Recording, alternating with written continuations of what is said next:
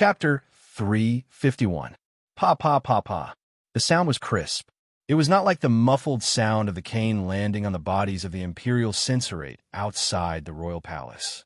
Instead, it was like someone was beating the beat to a piece of music with a strong sense of rhythm. The beat only fell 10 times before it ended. In the end, the three workshop masters were not like Brother Baoyu, who breathed in but did not exhale, nor did they faint like Second Fan. Fan Xian watched the scene with great interest. He couldn't help but be surprised at the toughness of these three masters. After being beaten 10 times, they did not even make a sound. He was someone who knew his subordinate style. Since he had yelled for them to be beaten, not a single one dared to hold back. The three masters lay sprawled on the long bench. Their clothes had been lifted up, and their pants had been pulled down. Their buttocks and backs were covered in red marks. They looked wretched, but they had suffered too much humiliation. In front of Fan Xian, they forced themselves not to make a sound for mercy. However, it was always painful to be beaten. Other than the pain, there was also a shred of humiliation from having their clothes ripped off. It made tears begin to well up in the eyes of these middle-aged men. They were watery and filled with hatred, like pitiful puppies. Fan Xian clapped his hands and said, "Strike them out." Yes, his subordinates replied in unison. They helped the three masters up and walked out of the yamen. Behind these three masters, who had long been humiliated beyond measure, Fan Xian did not forget to call out like a merchant, 3 days, 3 days, don't you forget." The yamen immediately quieted down. The gazes of the officials looking at Fan Xian grew a glimmer of fear. Everyone under heaven knew of Fan Xian's reputation, but they were not from Jingdou. These officials had not personally experienced the coldness hidden within Fan Xian's clean and scholarly reputation. They were not as clear of the pain as the civil officials the second prince had sent. But today, everyone finally saw it. Other than being secretly afraid, they also couldn't help but sneer. Beating him was fine. He was beating the treasurers, and it was for us officials to see. However, no matter how knowledgeable Sir Fan was, he was still completely ignorant of the affairs of the palace treasury. Now that he had offended the masters of the three large workshops, it would be interesting to see how he would clean up after this. Perhaps Fan Xian did not know that his subordinates and officials had the intention of watching a show 3 days later. Perhaps he did not care about this at all. He casually said a few more words and ordered everyone to pay back their debts within 3 days. If there was anything illegal, they would investigate themselves.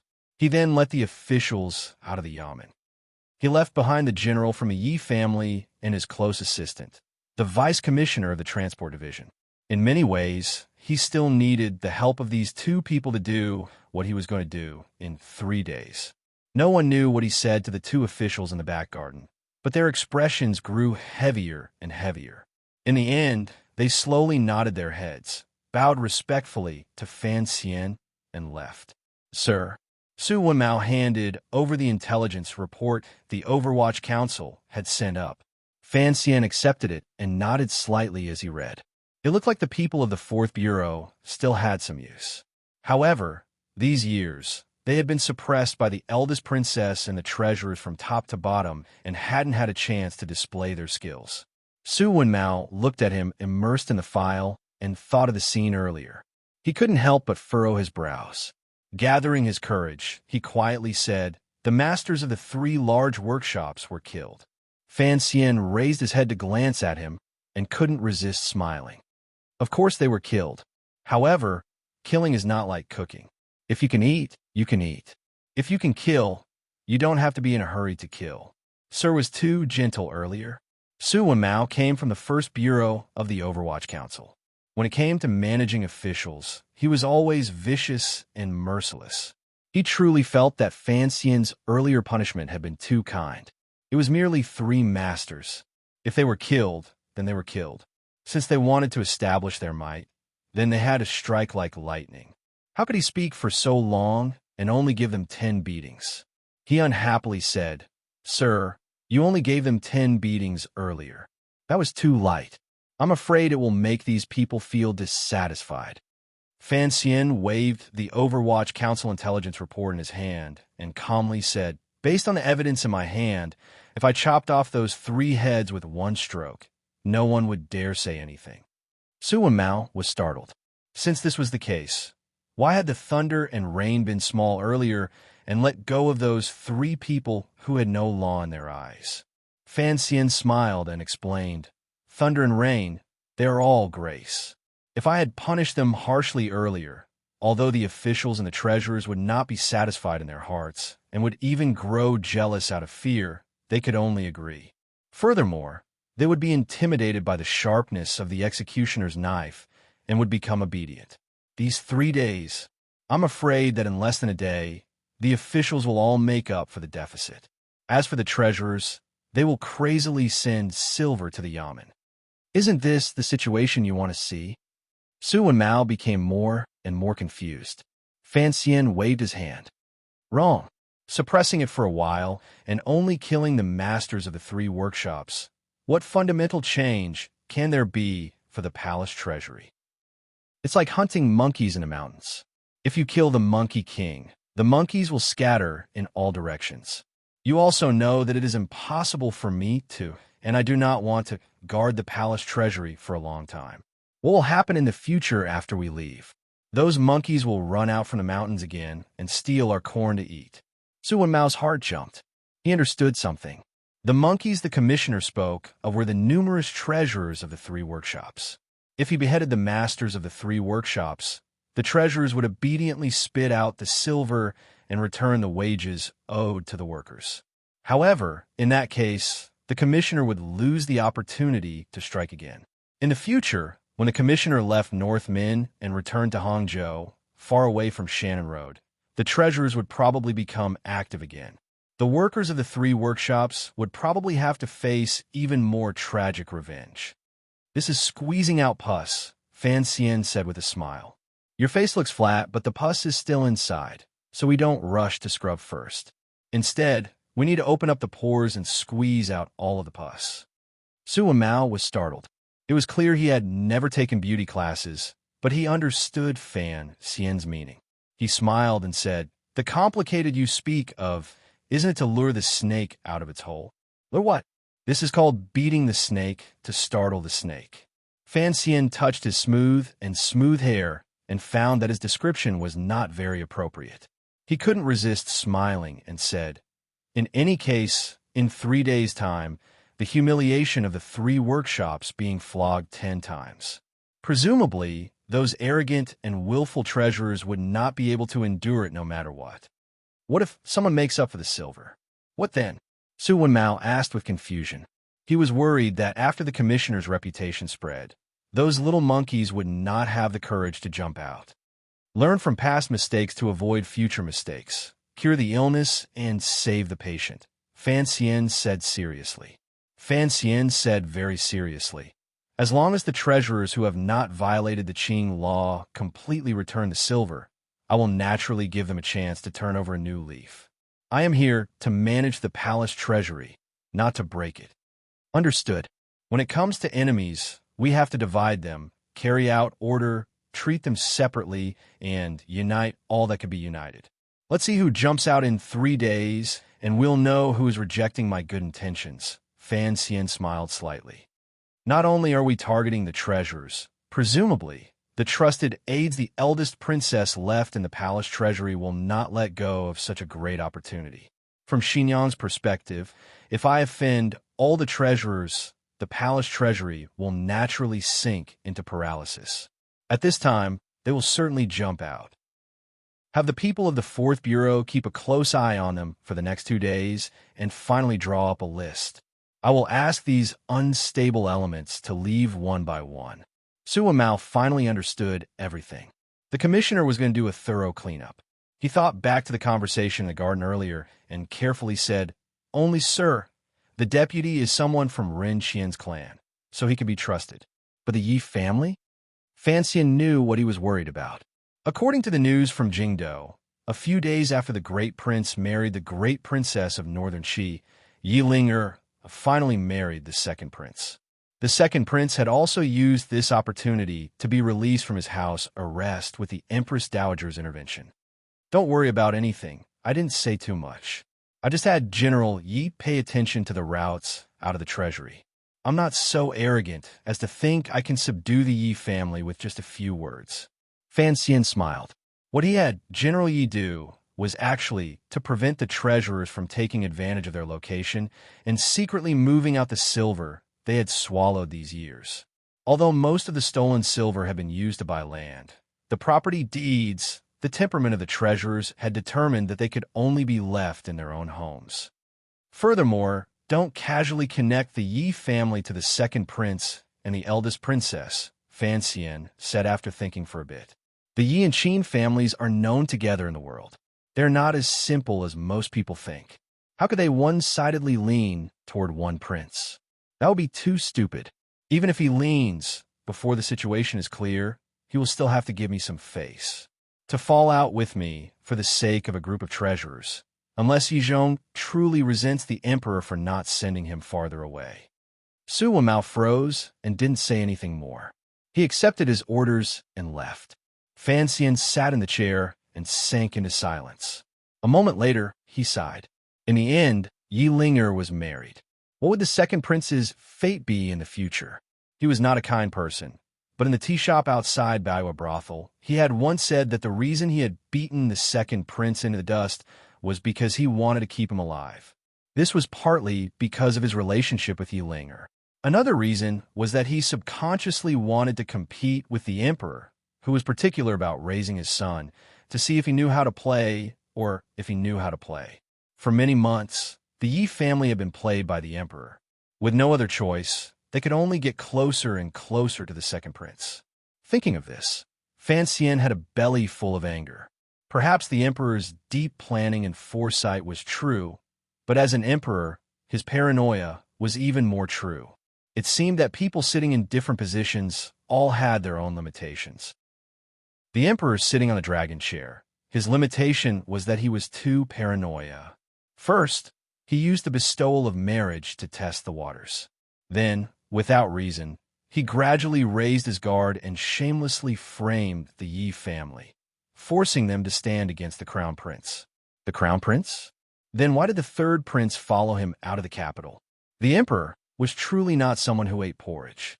He always played tricks that people couldn't see through. Fan Xian was a bit vexed. He immediately comforted himself that he, a little bastard, couldn't understand. Perhaps the old bastard was also messing things up, and he himself didn't understand. As for why Fan Xian was so determined not to reconcile with his mother-in-law, it was not because he had been bullied by his son-in-law during the course of their relationship. It was also not just because of the reason he had told Haidang to look after the family business. The most practical reason was that if Fan Xian and the eldest princess truly joined hands, the combined power of the two sides would reach a terrifying level. It would be enough to shake the foundations of the Qing kingdom. This was something the Qing emperor would definitely not allow. For Fan Xian, who did not have the power of the world in his hands, his current way of doing things was that great wisdom appeared stupid. As long as the emperor did not allow it, he would not do it unless someone wanted to kill him. In the next 2 days, the imperial envoy Fan Xian, who had just arrived in the palace treasury, brought his 7 serving girls and gorgeously inspected the workshops. He gradually became familiar with the process of the palace treasury and gained a deeper understanding of the Yi family's power. It was inevitable that he would touch the wood beside the water wheel by the river and sigh with an endless sense of vicissitudes. Occasionally, he would sit and discuss with the workers in the workshop about the art of blowing glass. It was a pity that his skills were too poor and his face was too beautiful. He could not blow successfully, but the texture of the glass was undoubtedly revealed. After 2 days, most of the workshops closer to the Yamen knew what the new official looked like. As for the legendary Sir Fan Jr., although they didn't dare to look at him directly, they still sneaked a few careful glances. They all said that this noble young master was very good-looking, but his hands and feet were a bit clumsy. His personality was also very kind. The 7 serving girls at his side were all as pretty as flowers and jade. However, one of the serving girls was not very pretty. Her way of doing things and walking had the style of country bumpkin. She did not look like a girl from a large family. On the other side, the four lines of defense formed by the military and the Overwatch Council suddenly tightened their patrolling work. The palace treasury's patrolling had always been the strictest place in the world. With the sudden tightening, they immediately found some forbidden items. Although they were not the secrets of the palace treasury's techniques, they were still heavy items. They were light pieces of paper, but they were heavy land deeds. As Fan Xian had expected, the first reaction of the treasurers and related officials, including the masters of the three large workshops, after the 3-day order came out, was to find a way to move the most valuable things on them out and give them to their friends and relatives outside the palace treasury. However, after encountering a strict search, the officials and treasurers finally lost all hope. They knew that the new imperial envoy would not allow them to move their property. If they kept the property on paper by their side, God, if they didn't make up for the deficit in 3 days, wouldn't their property be confiscated? Furthermore, how could these people be clean? If the imperial envoy wanted to find fault with them, death was the word left and right. Danda and General Lin's work was clearly effective. From the second day onwards, no one tried to move their property. A cold wind began to blow between the manors of the palace treasury and the 3 large workshops. As for who the source of the wind was, naturally, there were spies sent out to quietly find out. It was night. Heavy rain fell from the sky in Min, and the river swelled. Although there were no problems because of the dam, the cold wind howling angrily and the turbid waves rising into the air had already begun to make many people feel strange. The treasurers, who felt a strong sense of danger, began to link up. From top to bottom, there were more than 200 treasurers. They all had their own plans in the face of the 3-day order. Some of them still had a conscience and were prepared to return the stolen money and start anew. Some of them were afraid of Fan Xian's power and began to secretly prepare to report their colleagues' illegal actions to fight for their innocence. Even more people began to gather in the manor of the masters of the 3 large workshops and secretly discussed how to handle this matter. After the 3 masters of the 3 large workshops were beaten, they could only lie in bed. Although they were in 3 different places, the hatred in their hearts toward Fan Xian and the bitter resentment in their eyes were of one heart. In any case, they were not willing to lower their heads to Fan Xian because they had done too many bad things. Even if they lowered their heads, they would probably not be able to escape death in the future. Among the collusion of these treasurers, the confidant that Xinjiang had left in the treasurers also played a vital role. Using the name of the princess far away in Jingdou, he assured the treasurers that the court's first concern was still the production and profit of the palace treasury and not the small pieces of silver that they were greedy for. What about 1 chopstick? What about 10 chopsticks? In any case, most of the treasurers finally huddled together tightly and began to smash like bowling balls toward Imperial Envoy Fan Xian, who seemed to know nothing and only knew how to take a beauty with him. On the last day of the 3-day order, Fan Xian followed the rules of the previous 2 days and stayed in the yamen to discuss matters in the morning. Although the treasurers had not voluntarily handed over the stolen goods and admitted their guilt, many of the officials had returned some silver. As for whether or not they had returned the full amount, that was a matter for the future and could be discussed later. At least on the surface, they had acted respectfully. There were also some treasurers who secretly admitted their guilt and took the initiative to climb up to the Overwatch Council to be tainted witnesses. Naturally, Fan Xian accepted them with a smile. It looked like the other party was indeed not a piece of iron. The palace treasury's casting skills were indeed not up to standard. He drank his tea and looked at the fine rain outside the hall in a daze. He slowly thought of the heavy rain last night. Would the Qing kingdom suffer another flood this year? It looked like he had to hurry. Otherwise, before the silver his father wanted could be transported to the banks of the Yangtze River, the banks would collapse again. Sir, an extremely panicked voice exploded like a muffled thunder, waking Fan Xian from his thoughts of a saint. Fan Xian looked with bewilderment and saw a group of officials in completely drenched robes run in. These officials were all people who had gone to each workshop to announce the 3-day order's deadline. Why had they all run back? The person in the lead was the second in command of the palace treasury, the deputy of the transport company, Ma Jie. With a face full of shock, he pulled at the front of his robes and rushed in without a care for the dirty water and wet shoes. "Sir Ma, why are you so panicked?" Fan Xian looked at him and furrowed his brows slightly, putting on a chow-chow air. "Sir, it's not good." Although Ma Jie had long known that the treasurers would certainly retaliate against the 3-day order, suddenly hearing of this matter, he couldn't help panicking and quickly came to report to Fan Xian. "The 3 large workshops are on strike." Fan Xian was slightly startled and stood dumbly on the stone steps.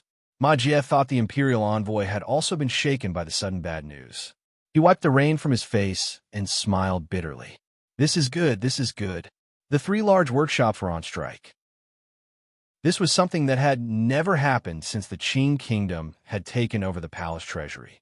In reality, Fan Xian had not killed anyone. The methods he had used were not as bloody as the eldest princesses.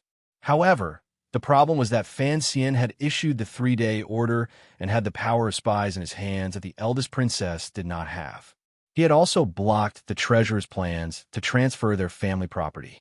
It was the same as preparing to swallow up the money the treasurers had harshly withheld these years. What was money? Money was the life of most people. Thus, the treasurers dared to use such a shocking move as a strike to fight Fan Xian to the death. Fan Xian was only slightly startled and immediately came to his senses. A faint smile rose to the corners of his lips. In reality, he was not shocked by the intensity of the treasurer's reactions. He was just thinking that this world also had a strike. "Sir, what do we do? Should we first take back the 3-day order?" Ma Jie asked with a face full of hope. He did not approve of Fan Xian issuing the 3-day order.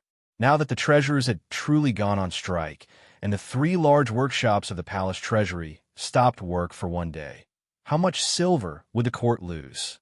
Who would be able to shoulder such a large crime? Even if Fan Xian's family background was different from normal people, and he was not afraid of the opinions of the people, the emperor would not easily forgive him. Contrary to the expectations of Ma Jie and the other officials, Fan Xian gently stroked the glossy strands of hair on his head and stretched his neck. A faint trace of excitement appeared on his face. As expected, they did not disappoint me. They made a big commotion. This is good. When I catch up, I will kill them all. The official stood stupidly in the fine rain. On the wooden beam of the yamen, a pair of swallows danced gently. In the sky full of rain, Fan Xian wore the black robe of the Overwatch Council and led the officials of the transport company, a total of over 20 people, hurriedly to the first workshop that had called for a strike. The officials stood outside the workshop and found that they could not hear the sizzling sound of the furnaces. There was also no black smoke coming out of the workshop. There was a death-like silence. Everyone couldn't resist casting their gazes on Fan Xian, thinking, how exactly was he going to deal with this silent protest? No one knew that the Qinian unit and the swordsmen of the 6th Bureau who had followed Fan Xian to Jiangnan were already wearing raincoats and waiting silently not far from the workshop for orders. Even further away, General Ye's face was heavy as he clenched his fists tightly. His heart was perturbed as he spoke with Su Wenmao beside him. His mind was completely on the workshop that was on strike. Behind the two of them, a battalion of soldiers with knives and spears in their hands were waiting. The people on strike in the first workshop were all gathered in this large workshop. There was still the remnants of heat from last night inside the workshop. This was where they were responsible for making glass. Fan Xian walked with steady steps into the workshop and raised his head to glance at the tall roof of the workshop. He sighed in admiration and said, "The rain protection is done well." The workers were huddled in 2s and 3s at the back. Their faces were full of fear. These lower-level workers did not know why they had suddenly stopped work. Looking at the newly arrived imperial envoy, their hearts were filled with fear. In front of the workshop, a dozen green-robed treasurers forced themselves to remain calm and bowed to Fan Xian. "Why hasn't work started?" "Good to let you know." Master Xiao, who was still injured behind him, glanced at Fan Xian with a hateful gaze. Last night, the rain was too heavy and extinguished the furnace. It washed away the molds, so there's no way to start work.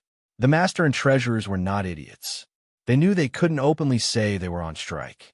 Otherwise, if Fan Xian really went crazy and raised a knife to kill them all, they could still justify it. Thus, they could only find some reasons.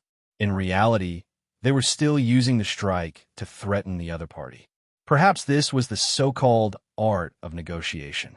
In terms of poetry, Fan Xian could be said to be an artist, but his job was often to destroy art without any sense of beauty. With a heavy face, he said, "The molds are ruined, and the furnace is wet." What about the second workshop? Could the molten steel that could burn people to death have also solidified?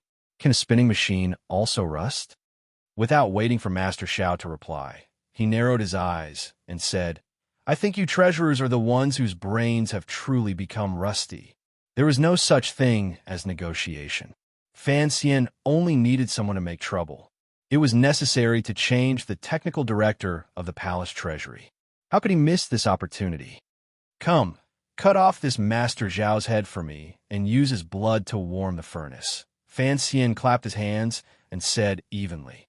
Master Xiao paused as if he didn't understand the meaning of the imperial envoy's words. Just as Fan Xian's voice fell, the Overwatch Council officials wearing raincoats had already walked into the workshop. A subordinate lifted up a chair for Fan Xian to sit. A few others had already cleanly kicked Master Xiao to the ground and pulled him to the side of the furnace about 50 feet away from Fan Xian. Fan Xian waved his hand. The officials of the transport company behind him broke into an uproar. Deputy Ma Kai's anxiety attacked his heart, and he cried out in fear, "Sir, you can't." Master Xiao, who had been pushed to the mouth of the furnace, finally came to his senses. He knew the imperial envoy really wanted to kill him, really dared to kill him. He began to struggle with all his might. His feet kicked against the dirt on the ground, making a rustling sound. With a sobbing tone, he cried out, "Spare me, sir, spare me." There were many fools in the world who could not see through the ways of the world. It was a bit too late to beg for mercy when they were about to lose their lives. The eyes of the treasurers who were on good terms with Master Xiao were about to burst. They all rushed forward, wanting to save Master Xiao. With a whoosh, a snow-white knife light flashed. A head with a dark complexion rolled into the furnace. Fresh blood sprayed out and hit the walls of the furnace. Countless cries of shock exploded in the workshop. Everyone was shocked by the bloody scene in front of them. The young treasurers howled in pain and fear. In a flash, they stopped moving forward at the same time. Their survival instincts finally won over the heat in their hearts. Fan Xian glanced at the body at the mouth of the furnace and then at the hundreds of workers gathered together with faces full of fear. Calmly, he said, "I kill people. Naturally, I have my reasons."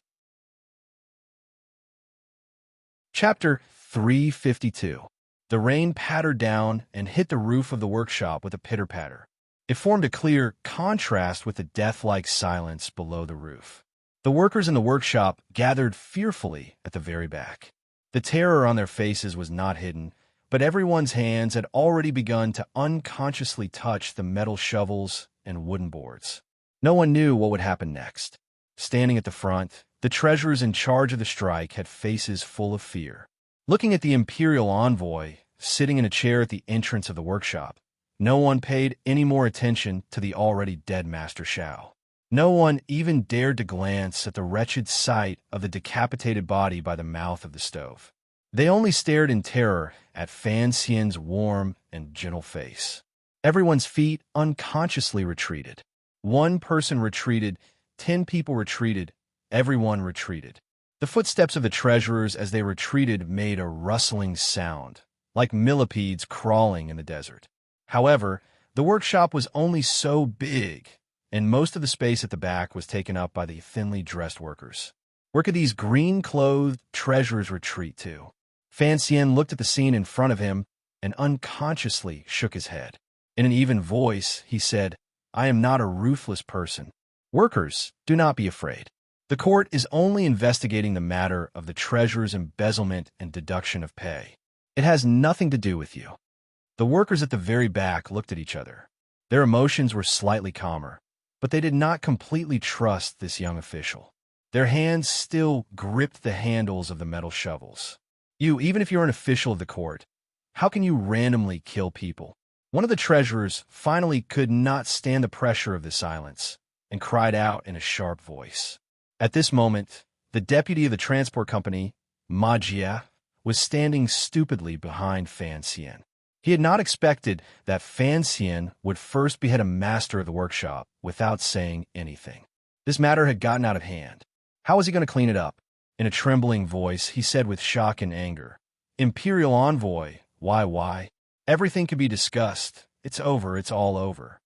In Ma Jie's heart, the most important thing in the palace treasury was the group of treasurers in front of him. Only these people knew how to maintain the palace treasury.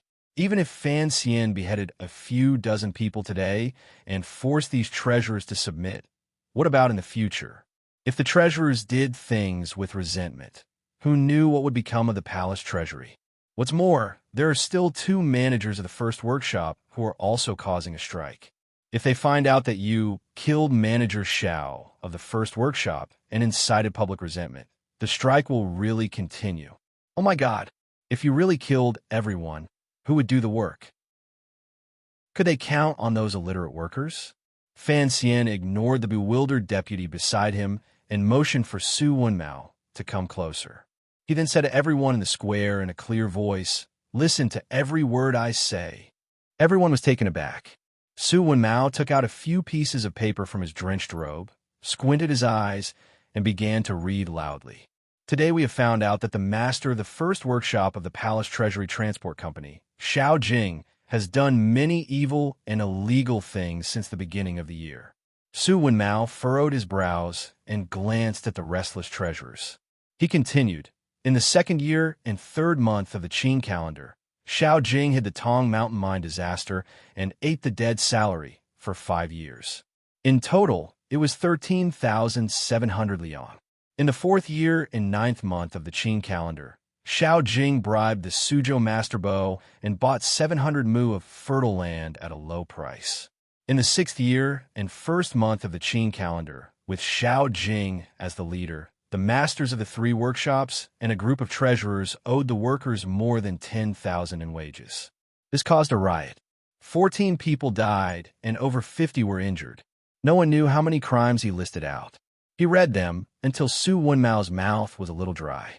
At the end, he said, "The crimes are unforgivable. According to Qing law, they should be executed."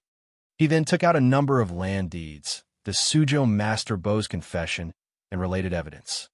"Don't ask me for evidence again," Fan Xian continued. "I have kept the witnesses, and I also have a lot of material evidence. Since I am the master of the palace treasury, I will not keep such a bastard like Xiao Jing."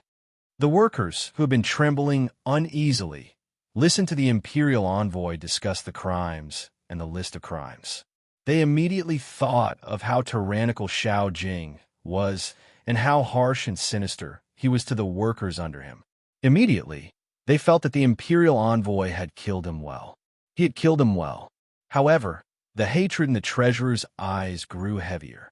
Someone shouted unhappily, "Even if you want to punish him, you have to open a court to try the case. If you want to pin a crime on someone, you can always find a pretext."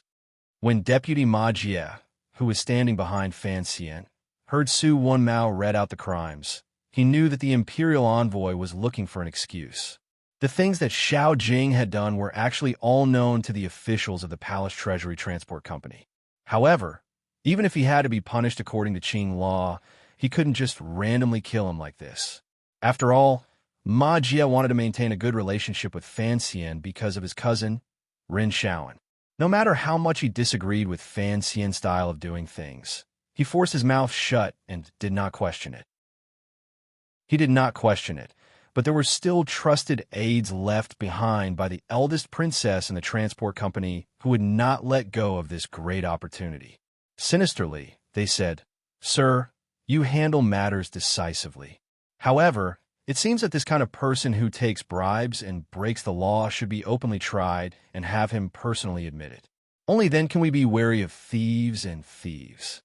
Furthermore, you gave the treasurers a deadline of 3 days. These 3 days have not passed. Inevitably, the treasurers trembled, but they did not give up. Hearing that someone in the group of officials was speaking up for them, They gathered their courage and began to clamor. Fan Xian did not even turn his head. A cold smile rose to the corners of his lips. I am the commissioner of the Overwatch Council and also the head of the Palace Treasury Transport Company. The Overwatch Council is responsible for investigating cases. The transport company follows the special Qing law, and the case is decided by the head of the transport company. What is wrong with trying him and beheading him? Besides, I am not using these crimes to behead him. He lowered his head slightly and smiled, inciting the workers to make trouble, go on strike, and resist the emperor's edict. Do you think I cannot behead such a disrespectful person? The Qing law was meticulous. For something like killing, it was fine to do it in secret. However, for Fan Xian to kill openly like this, he needed a good excuse. If he only used Xiao Jing's illegal actions as a rope to justify his killing, it would give the officials and treasurers a good opportunity to refute. Beheading a criminal without investigating the case would not be justifiable in any yamen. However, Fan Xian was a very practical person. He had clearly investigated Xiao Jing's crimes, yet he said that he was beheaded because he disrespected the emperor's edict. Edicts were the most illusory of things. As the imperial envoy, he had the final right to explain. Furthermore, it was necessary for the Overwatch Council to investigate Xiao Jing's crimes. In the future, when the case was brought before the emperor in court in Jingdou, these crimes of forcefully buying good farmland and bullying people to death would be enough to stop any doubts after the fact. Killing at the moment to establish power and collecting evidence after the fact to stop the mouths of the people was a long-term plan. One person had already died in the large workshop of the first workshop. The workers had high hopes for the imperial envoy. The treasurers were as timid as mice. Although the officials had ulterior motives, they could not accuse Fan Xian to his face. The situation slightly stabilized. After another period of time, the second and third workshops also calmed down. However, because those two places were handled by General Yi and Danda, it took a bit more time. These two people were not as daring as Fan Xian. They only dared to capture people and not kill. The treasurers of the other two workshops were escorted by soldiers into the large workshops. The workers were strictly forbidden to stay in each workshop. Even so, the sudden influx of 200 green-clothed treasurers still made the large workshop immediately appear crowded. However, with the cold light of the military's knives and spears and the Overwatch Council's arrows pressing in, no matter how crowded the crowd was, no one dared to move. Seeing this scene, the officials of the transport company who had followed Fan Xian into the workshop were shocked. Only now did the officials know that the imperial envoy had long made arrangements for the situation on the last day of the 3-day order. Furthermore, he seemed to have long guessed that the treasurers would have an extreme reaction. For a moment, the trusted officials of Xinjiang were all disappointed. It looked like the chaos today would not be too big. At the same time, they were hoping that Fan Xian would be more ruthless later. It would be best if he could offend all of the treasurers. In the future, the palace treasury would decrease production and quality would drop. Let's see how you explain that to the emperor. After the workshop was quiet for a while, Fan Xian stood up from his chair. The small puffs of water that had been in his robe flowed to the ground. He looked at the group of treasurers in front of him. He saw that there was still dissatisfaction in their eyes. The treasurers who had been escorted here from the second and third workshops still had arrogant expressions. It was as if they did not know what had happened. "Everyone is here," he said with a warm smile. He smiled warmly and said, "It rained heavily last night, and the fire in this workshop was extinguished. What about your side? Also, the workshop treasurers are clearly 30 or 40 li away. Why are you all so close to the yamen today? Even if the workshops have stopped work because of the rain, you should still go to your own workshops to keep an eye on them. It is still early. Have you all already gone and then turned back?" He continued to talk to himself. The treasurers, through the explanation of the treasurers who had been left behind in the workshop, finally knew what had happened. Their faces gradually paled. Fan Xian shook his head and said, "This is good. Everyone's crime of going on strike has been confirmed. It will be easier for me to kill." After Master Zhao's unusual and straightforward death and the spread of words, the treasurers finally knew that the imperial envoy was a ruthless character who killed without blinking. Hearing these light words, the treasurers exploded with a buzz. Some begged for mercy, some cursed viciously, and some rolled their eyes as if trying to see if there was a dog hole in the workshop they could crawl out of. The crowd gradually dispersed. The situation was slightly chaotic. However, the army and Overwatch Council on the outside kept a close watch and forced everyone back. Two people squeezed out from among the treasurers. They were not bystanders. They were the three leaders of this strike, the main treasurers of the second and third workshops. Earlier, these two masters had been high-spirited in the largest workshop under their jurisdiction. Eloquently, they had directed the treasurers and workers to go on strike. Their words flowed like a river, and their aura was astonishing. Although the workers looked weakly and unintentionally at the two of them, the hundreds of treasurers had been moved by their words. They thought that given the intelligence in their heads, the court would not be able to punish them severely. Of course, these two masters had also strictly ordered the treasurers to be incomparably respectful toward the imperial envoy. What they wanted was for the silver in their homes not to be taken by the court and not for them to truly rebel. Unexpectedly, not long after the strike, countless soldiers and secret agents of the Overwatch Council charged in from outside the workshop. Faced with weapons, the two masters' words immediately lost their power. They obediently allowed themselves to be captured and escorted here. Along the way, they were still confident. They thought to themselves that they knew what they were doing and that the imperial envoy would not be able to do anything to them. Unexpectedly, the imperial envoy did not know what he was doing. After standing in the crowd for a while, the two masters finally realized that Master Shao, who had plotted with them to go on strike, had died. The two masters stood outside the crowd and looked around the workshop. Finally, they found Shao Jing's body by the mouth of the stove. In an instant, the bloodstains and head stunned their hearts. The two of them cried out sorrowfully, "Sir Shao! Sir Shao!" There were knives and spears all around them, so they didn't dare to go to the side of the stove and cry out. However, they still raised their heads and glanced at Fan Xian with a venomous gaze. They knew that they would probably not be able to escape today. Fan Xian did not look at them. He only tilted his head slightly and listened to Danda's report. When he learned that the third workshop was as usual and that the technicians of the third bureau of the Overwatch Council had all taken over and no one dared to take advantage of the chaos to do anything, he finally relaxed. At this moment, a tiger guard who was supposed to be stationed in the manor quietly moved past the officials and came to Fan Xian's side. Moving close to his ear, he said, "The person in the manor wants to go out for a walk." The reason the third workshop was important was because it was responsible for producing important items such as military equipment and ships. If the secrets of that place were leaked, who knew how many more young people in the Qin Kingdom would die on the battlefield in the future?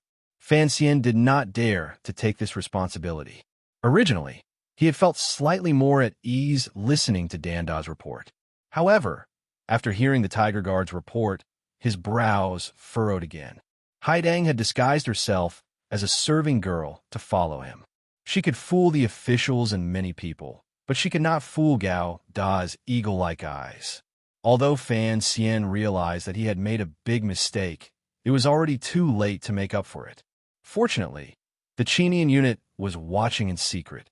The Tiger Guards did not release any information to the outside world. Only then did he feel slightly more at ease. He began to wonder again. However, now was not the time to deal with this matter. The person the Tiger Guard was referring to was Haidang. It looked like that village girl knew that there would be a commotion today and probably wanted to take advantage of the opportunity to do something. Fan Xian calmly said, "Don't go out. Keep an eye on her. Use all methods to keep her in the manor today." 7 Tiger Guards against Haidang was the standard arrangement on the meadow last year. Fan Xian was not worried about anything. Furthermore, once military force met, Haidang knew his determination and would calm down. After dealing with his own matters, Fan Xian turned his gaze back to the scene and said, "Tie up these 2 criminals who instigated trouble and fought against the court."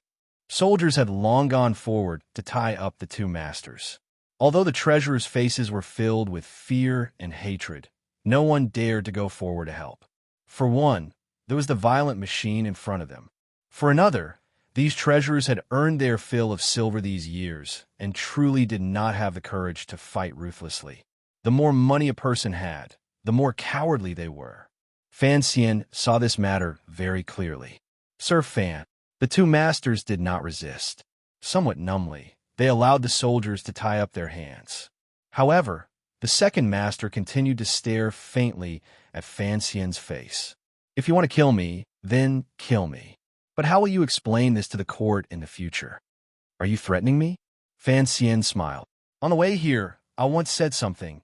If Butcher Zhang is dead, do I have to eat furred pigs? Without you little treasurers, do you think I won't be able to take care of the palace treasury? The second master laughed wretchedly and said, Is that so?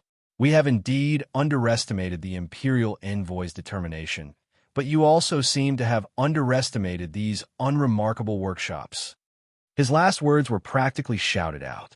It was clear he had already lost all hope, but he also had the ruthless thought of seeing how Fan Xian would destroy the palace treasury, even if he became a ghost. Fan Xian glanced at Su Wenmao. Su Wenmao took out another file from his robe. With a serious face, he began to read out the names one by one according to the names written on the paper. Zhang San, Li Si, Wang Ba, Long Jiao. Following the names of these minor characters being read out one by one, the faces of the dozen people in the group of treasurers immediately became deathly white. They didn't know if they were about to be beheaded like Master Xiao of the first workshop. A few of the more timid ones' legs trembled, and a large patch of their pants became wet. Su Wenmao glanced at these people with disgust. He didn't understand why the commissioner was doing this. After swallowing, he said with a dark expression, You can come out now. The imperial envoy has pardoned you of no crime. Tomorrow, he will write to the court to vouch for you. Not guilty? He still had to write to the court. The treasurers who had been called out were immediately dumbfounded. They had thought it was hell. Who knew that it was heaven with cool spring water and 72 virgins? Under the puzzled, suspicious, and jealous gazes of the treasurers around them, these dozen treasurers walked out of the crowd stupidly. They walked in front of Fan Xian and knelt down with a thud, thanking the imperial envoy, but they didn't understand why it was like this. Fan Xian's face was filled with a warm smile.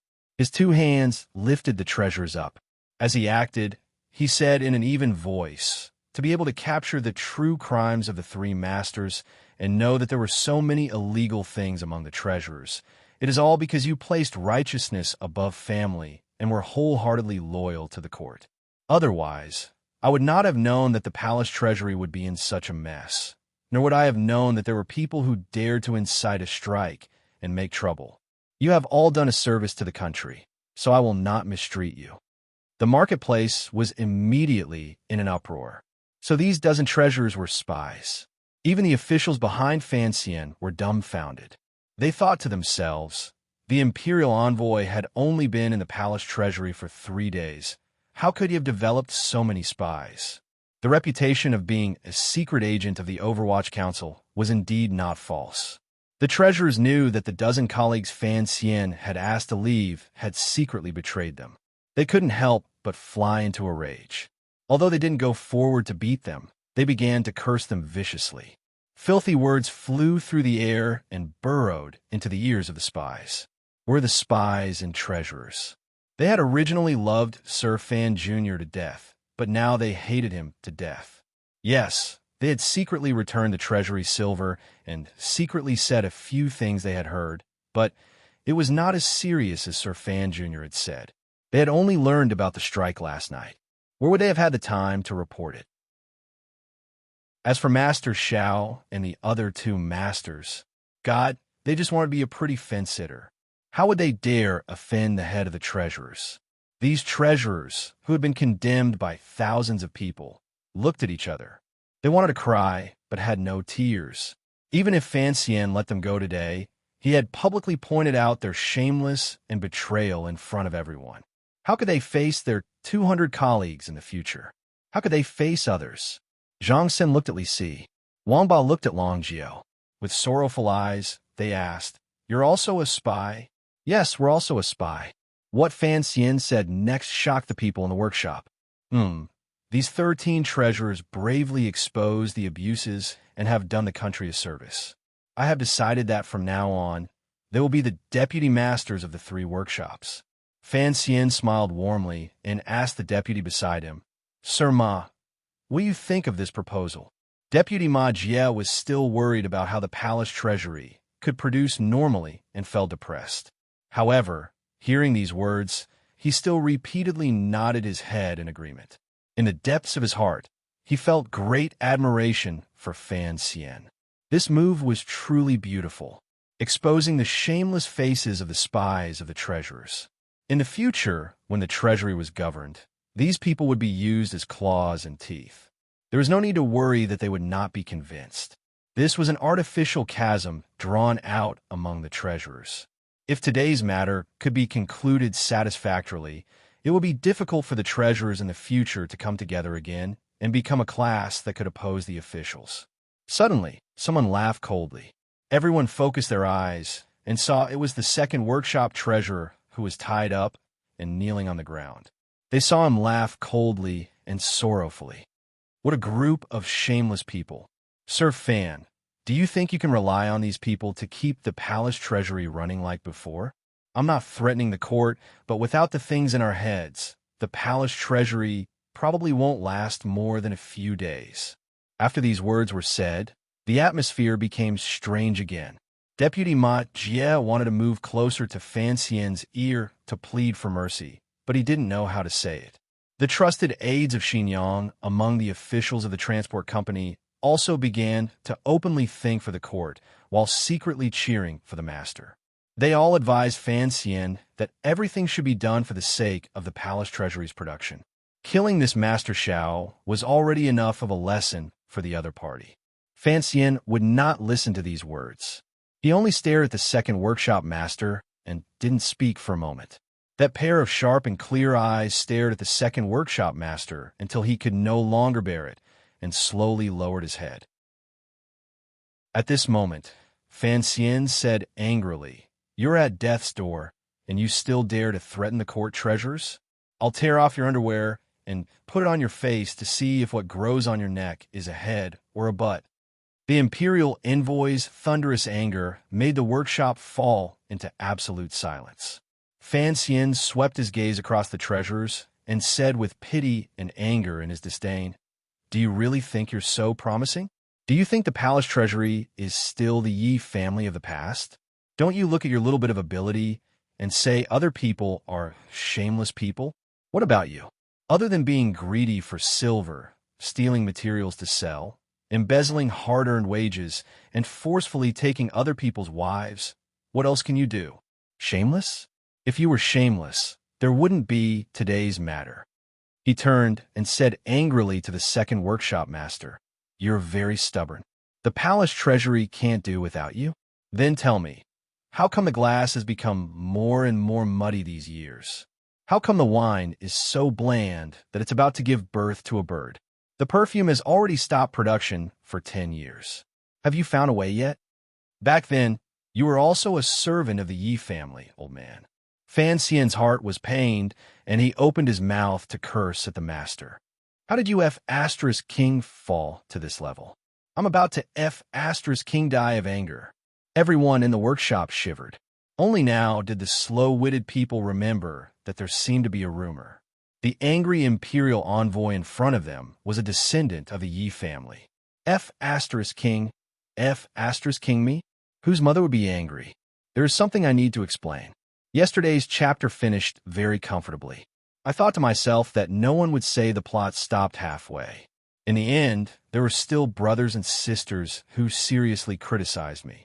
It is very difficult for me to be happy.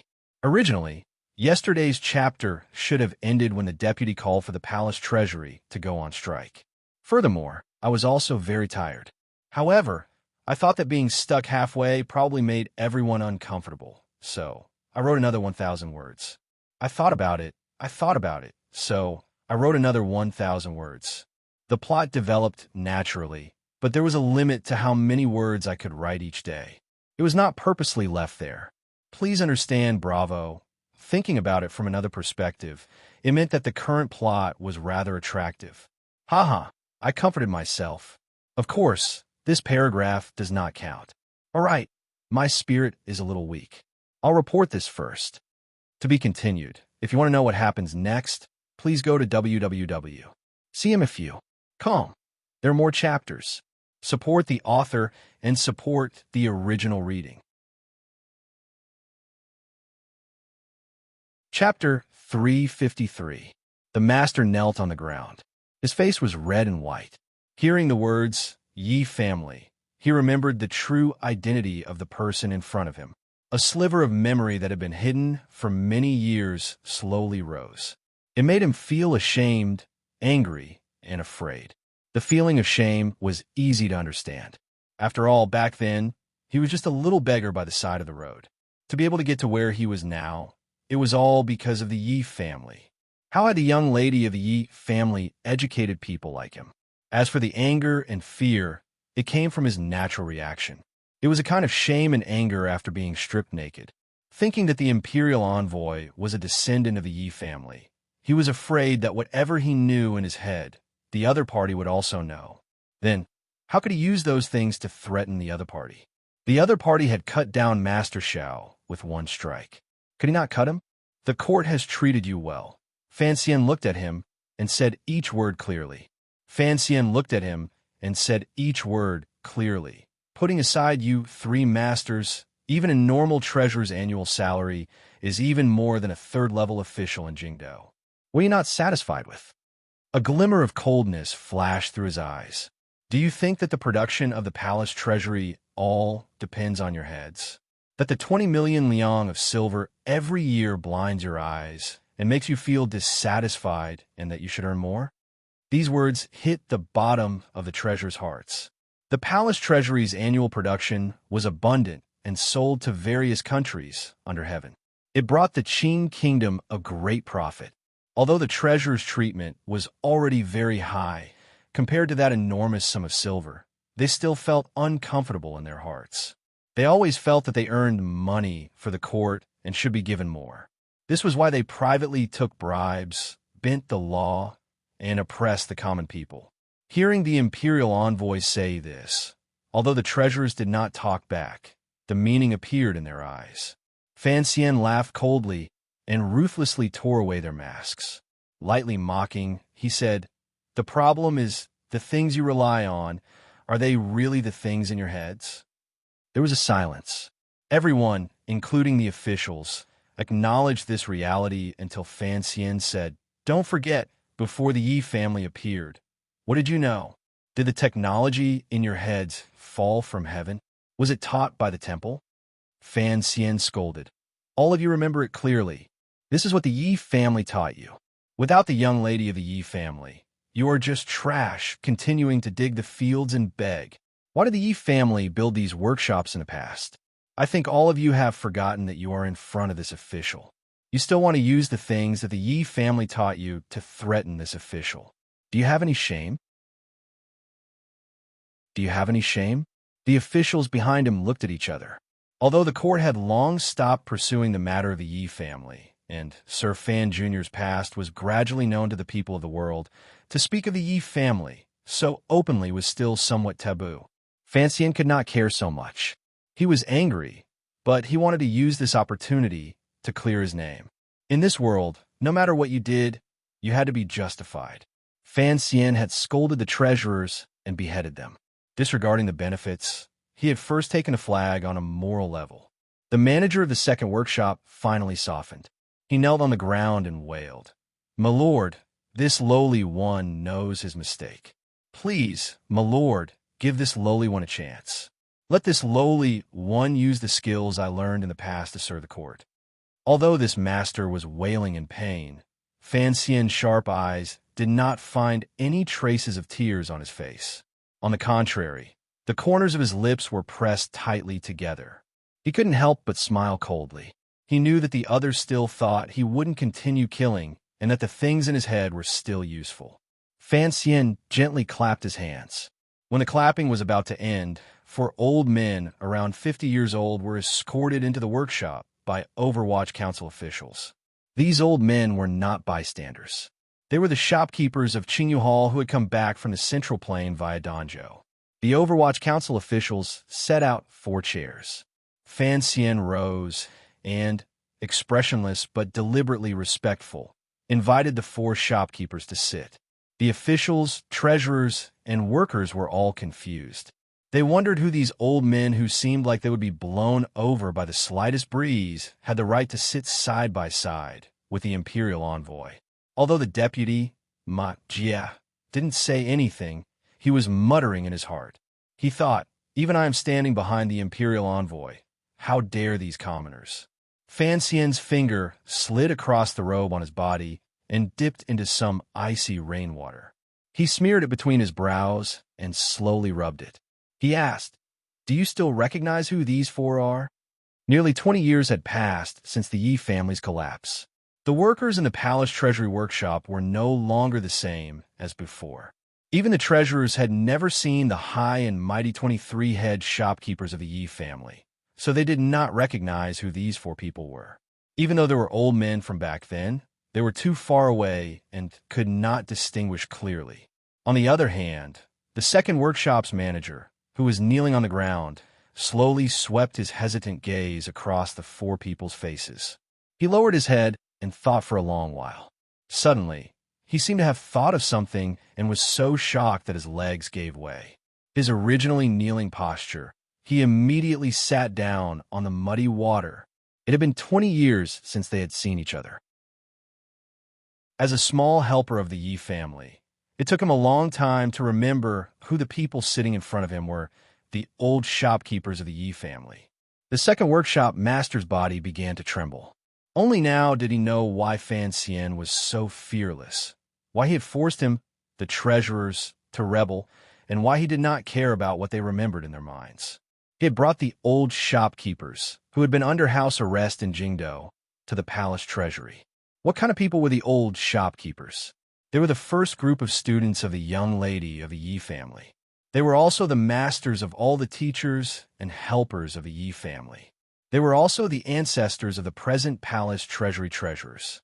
With such a group of old men at his side, the imperial envoy did not care about the problem of lost craftsmanship, nor did he have to worry about the quality of the palace treasury's products.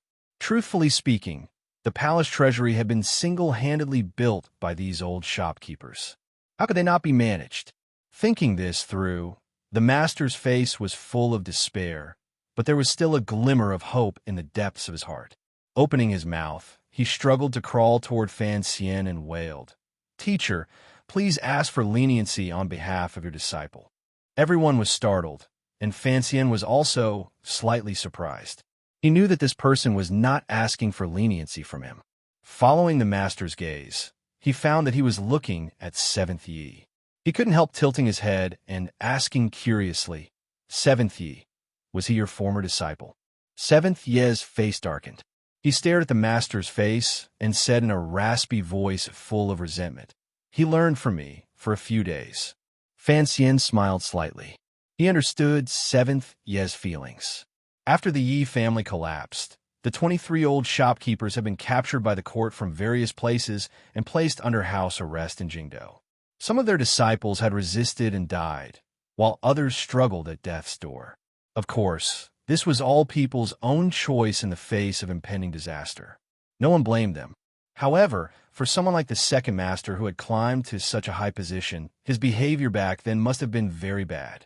Hearing the second master call out, "Teacher," the third master, who had been standing silently to the side, froze to the side like he had been struck by lightning. Looking at the 4 old men sitting beside the imperial envoy, he completely couldn't believe his ears. The remaining members of the Yi family among the treasurers confirmed the identities of these 4 people. Amidst their shock, there were also some people who still had old memories. They all stood up and knelt in front of the 4 old shopkeepers with shock, joy, and fear. Fourth Master, Uncle 12th, I am Zhuzi. Greetings, old shopkeepers. Back then, I was a worker in the Chuzhou branch doing odd jobs.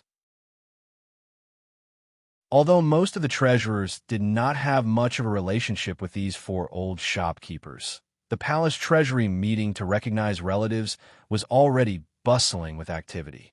Fan Xian's face darkened, and he said in a cold voice, "I'll come back to recognize relatives in a bit."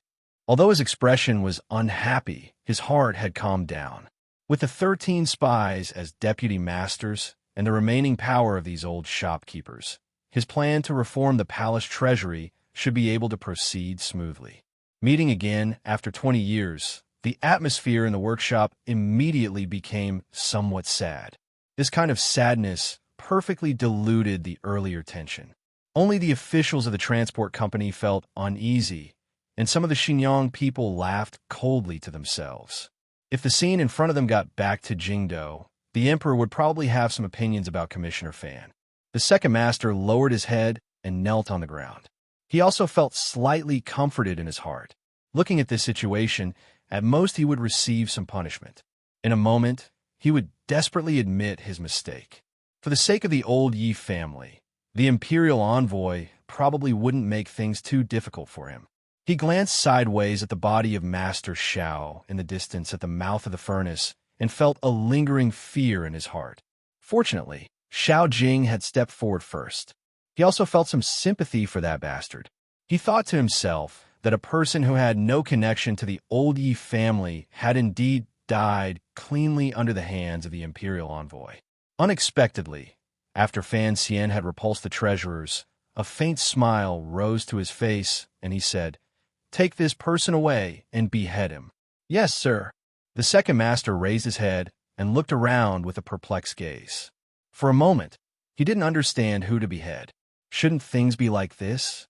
It was not until he was dragged up by the Overwatch Council officials that he realized the imperial envoy still wanted to kill him. He had wanted to open his mouth to cry out for his innocence, but a clump of dirt blocked his mouth. Seeing the Overwatch Council officials drag the limp master out of the workshop and the water stain on the ground, everyone in the workshop, regardless of whether they were officials or commoners, shopkeepers or treasurers, became deathly silent. They all turned their gazes toward the imperial envoy sitting in the middle. It was as if Fan Xian could not feel the countless gazes and lowered his head slightly. Outside the workshop came the muffled sound of a metal weapon striking a neck, as well as a muffled grunt. There was an uproar in the workshop and immediately sank into a death-like silence. Everyone knew that the second master had died so simply. The silence did not last long. The third master, with his hands tied behind his back, smiled self-mockingly. His face was pale with despair. Very consciously, he walked in front of Fan Xian. He knew that he had no chance of survival. Since the imperial envoy had used the name of suppressing the strike, then he would not be stupid enough to open a court to investigate the case. He also did not need any evidence. He had to kill the three of them on the spot to establish his might. Only then could the four old shopkeepers regain control of the palace treasury technicians. Two of the masters of the three workshops had already died, so he was the third. Fan Xian glanced at him and furrowed his brows slightly. The third master looked at him and gritted his teeth for a moment. He then suddenly said, "I have my own path to death. I don't blame you for digging this pit for me to jump into. However, before I die, I beg you to allow me to ask something." Fan Xian raised his brows and said, "Ask." The third master no longer looked at him. He tilted his head and gazed at the Yi family's 12th shopkeeper beside him. His lips trembled for a while before he said in a trembling voice, "12th uncle, my teacher, is he well in the capital? I'm unfilial and have not been filial these years." "You are?" 12th Yi blinked his slightly muddy eyes and asked this master with confusion. 7th Yi sighed and said from the side, 13th's eldest disciple. "Back then, you had the best relationship with 12th, so he came to ask you." 12th Yi said in shock, "Who, Jinlin? You're still alive? We all thought you died back then." The old shopkeeper suddenly remembered that he was surrounded by court officials. His words were not quite right, so he quickly shut his mouth. Hu Jinlin's face was full of shame. He lowered his head and refused to speak. 12th Yi sighed and said, "The young lady once said that living is better than dying. Us old bones are all struggling at death's door. How can we blame you? Only you asked 13th, ah. The shopkeeper shook his head and said, he already passed away a few years ago. Of the 23 people who enter the capital, there are only 15 left now. Hearing that his teacher had passed away, Hu Jinlin completely forgot that he was about to die as well. A great sorrow appeared on his face. Fan Xian listened quietly to the side. He also felt a strange emotion in his heart. The elders of the Yi family were gradually being battered by the wind and rain. The year he first entered Jingdou, there were 23 shopkeepers and 17 people. In less than 2 years, another 2 had died. He looked at the materials piled around the workshop and abruptly became distracted. He thought to himself that time flowed like water. When would he be able to rebuild the name of the Yi family? When would he be able to have the people who should die, and have the people who should live again in the hearts of the Qing people? In a very short time, he had already woken up. Looking at the third master in front of him, he said mockingly, although I don't know if you are acting or if you really still have feelings for me, I never planned on killing you. So don't think that you can live because I'm soft-hearted. Hu Jinlin, who thought he was going to die, had no hope of getting lucky after the tragic deaths of his 2 masters. Suddenly hearing these words, on the contrary, he was so shocked he didn't know what to say. Fan Xian said expressionlessly, those who are guilty are beheaded, and those who have committed minor crimes are forgiven. I'm not here to settle old grudges. To be continued. If you want to know what happened afterwards, please log on to www.cmfu.com. More chapters. Support the author. Support original reading.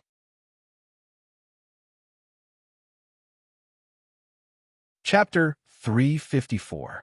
The reason Fan Xian did not kill Hu Jinlin was very simple. The third workshop had always been jointly managed by the Palace Treasury and the Third Bureau of the Overwatch Council. They were specifically responsible for the research of military equipment and ships.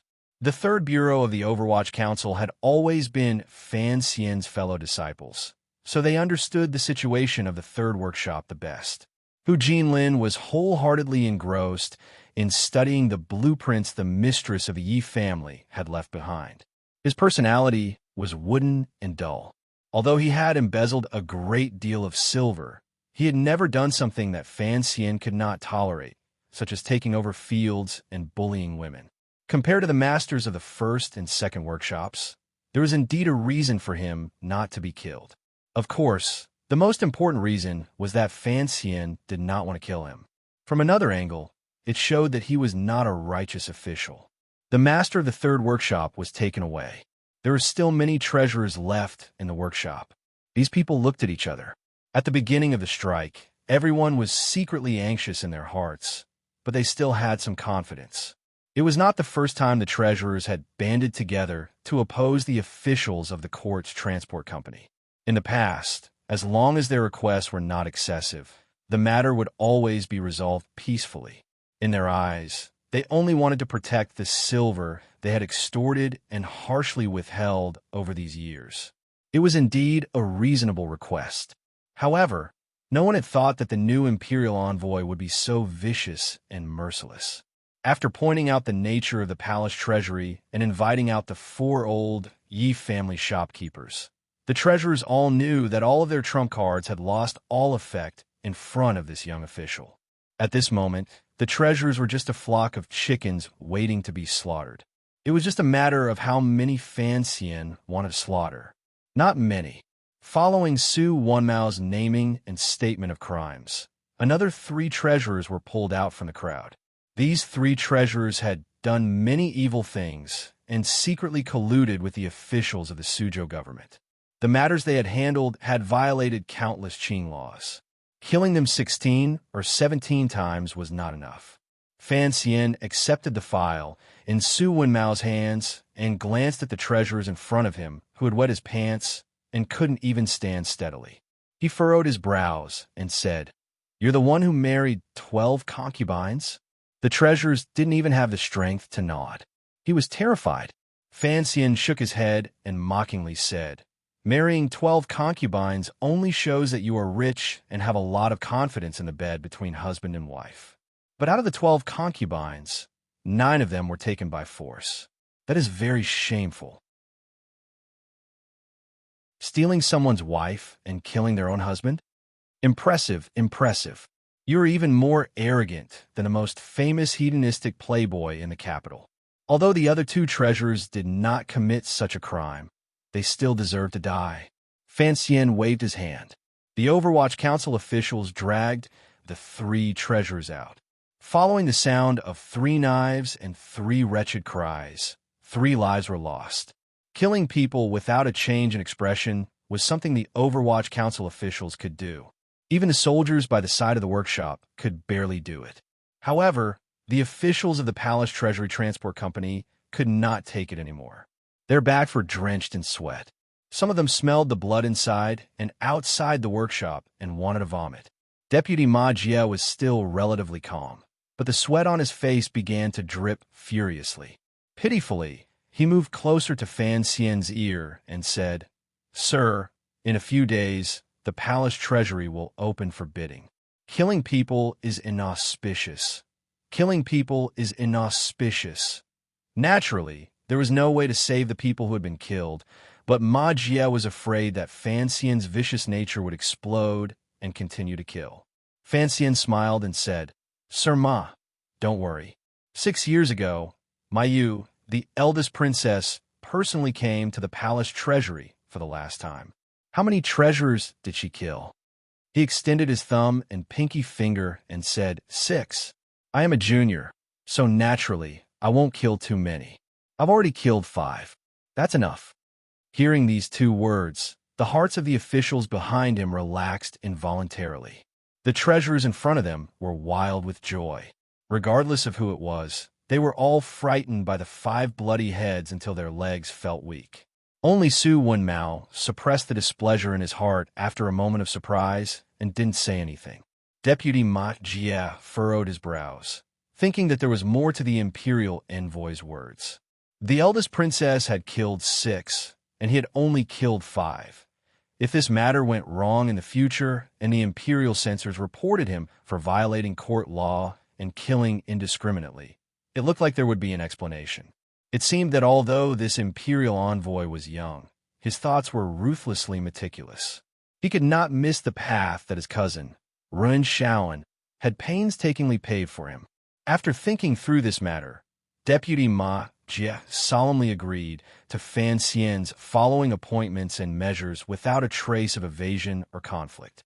Although some of the officials of the Palace Treasury Transport Company were unhappy, since the head and deputy had set the rules, they could not oppose it.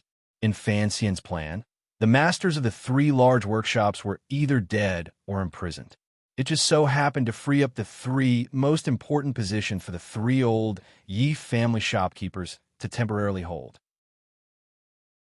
Additionally, the traitor treasurers who had reported their colleagues' crimes to the Overwatch Council would take on the positions as assistants. It could be considered making up for the old shopkeepers' lack of familiarity with the palace treasury after not returning for 20 years. Killing first and planting spies among them. With these arrangements, the entire group of treasurers could be considered stabilized. In the future, the traitor treasurers only had to guard against the treasurers below them feeling discontent and purposely picking on their mistakes. When they did things, they had to be particularly careful. Once the group stood, these deputy masters would be particularly vicious and stare at the subordinate treasurers. The 2 clashed. Presumably, the things that Fan Xian did not want to see would gradually decrease.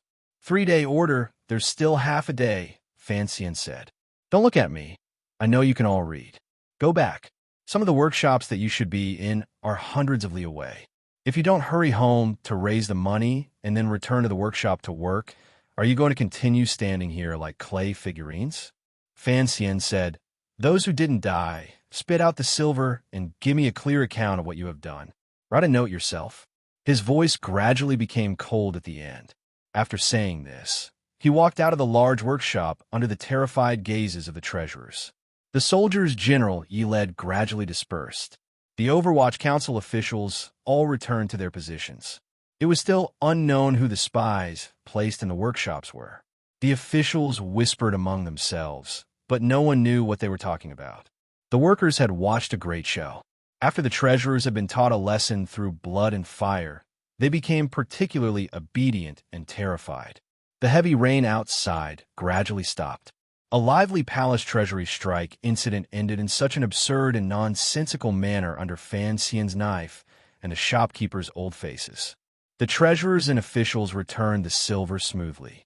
After Fan Xian had examined them one by one, he also gently raised his noble hand. As long as they did not hide it too far, he left them some face and did not squeeze everyone dry of their family property. Being an official was only for money. If they were all swept clean, the officials of the palace treasury would not be able to show it on the surface, but they would certainly have a great knot in their hearts. When they did things, they would be incomparably lazy.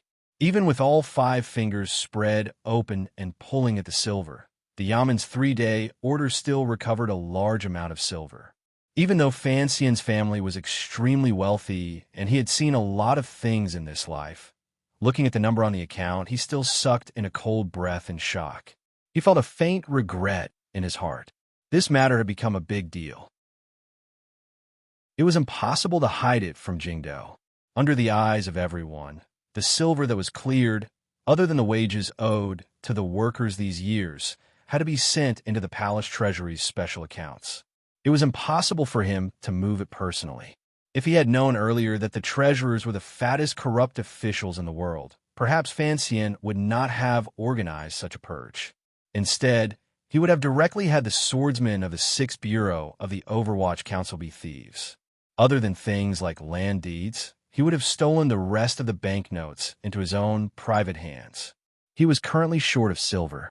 If he could have this large sum of silver, he would no longer need the help of the North, and it would prevent new problems from arising in the process. More importantly, it would also allow his father to stay out of the matter, so that he would not be implicated in the future bidding. Returning to Haidang. After that day of the strike, Fan Xian returned to the manor and bitterly complained to this girl. Other than righteousness, he analyzed the current situation in detail and warned her that the Qing emperor probably already knew that the two of them were together. If she dared to go peep in the workshops in front of the Tiger Guards, he probably wouldn't be able to sit in his position in the palace treasury for more than 2 days. If he couldn't stay in the palace treasury, how much more silver would Northern Qi have to fork out in a year? Haidang was a bit innocent. She thought that she was just bored, so she wanted to go for a walk. How did it involve some conspiracy? Fan Xian was a bit suspicious. On the surface, he didn't bring up the matter again, but in his heart, he was still a bit uncomfortable. Fortunately, the palace treasury affairs were gradually moving on the right track. This process only needed a few days. It had to be said that Fan Xian's cold-faced killing during the strike had deeply intimidated everyone. Furthermore, the old shopkeeper's reappearance and Fan Xian's clever arrangements had all played a large role. The workers once again received the wages they had worked for many years. The girls who had been forcefully taken also returned to their homes. The entire palace treasury floor was filled with an atmosphere of joy. Amidst the joyous atmosphere, there were also some discordant notes mixed in.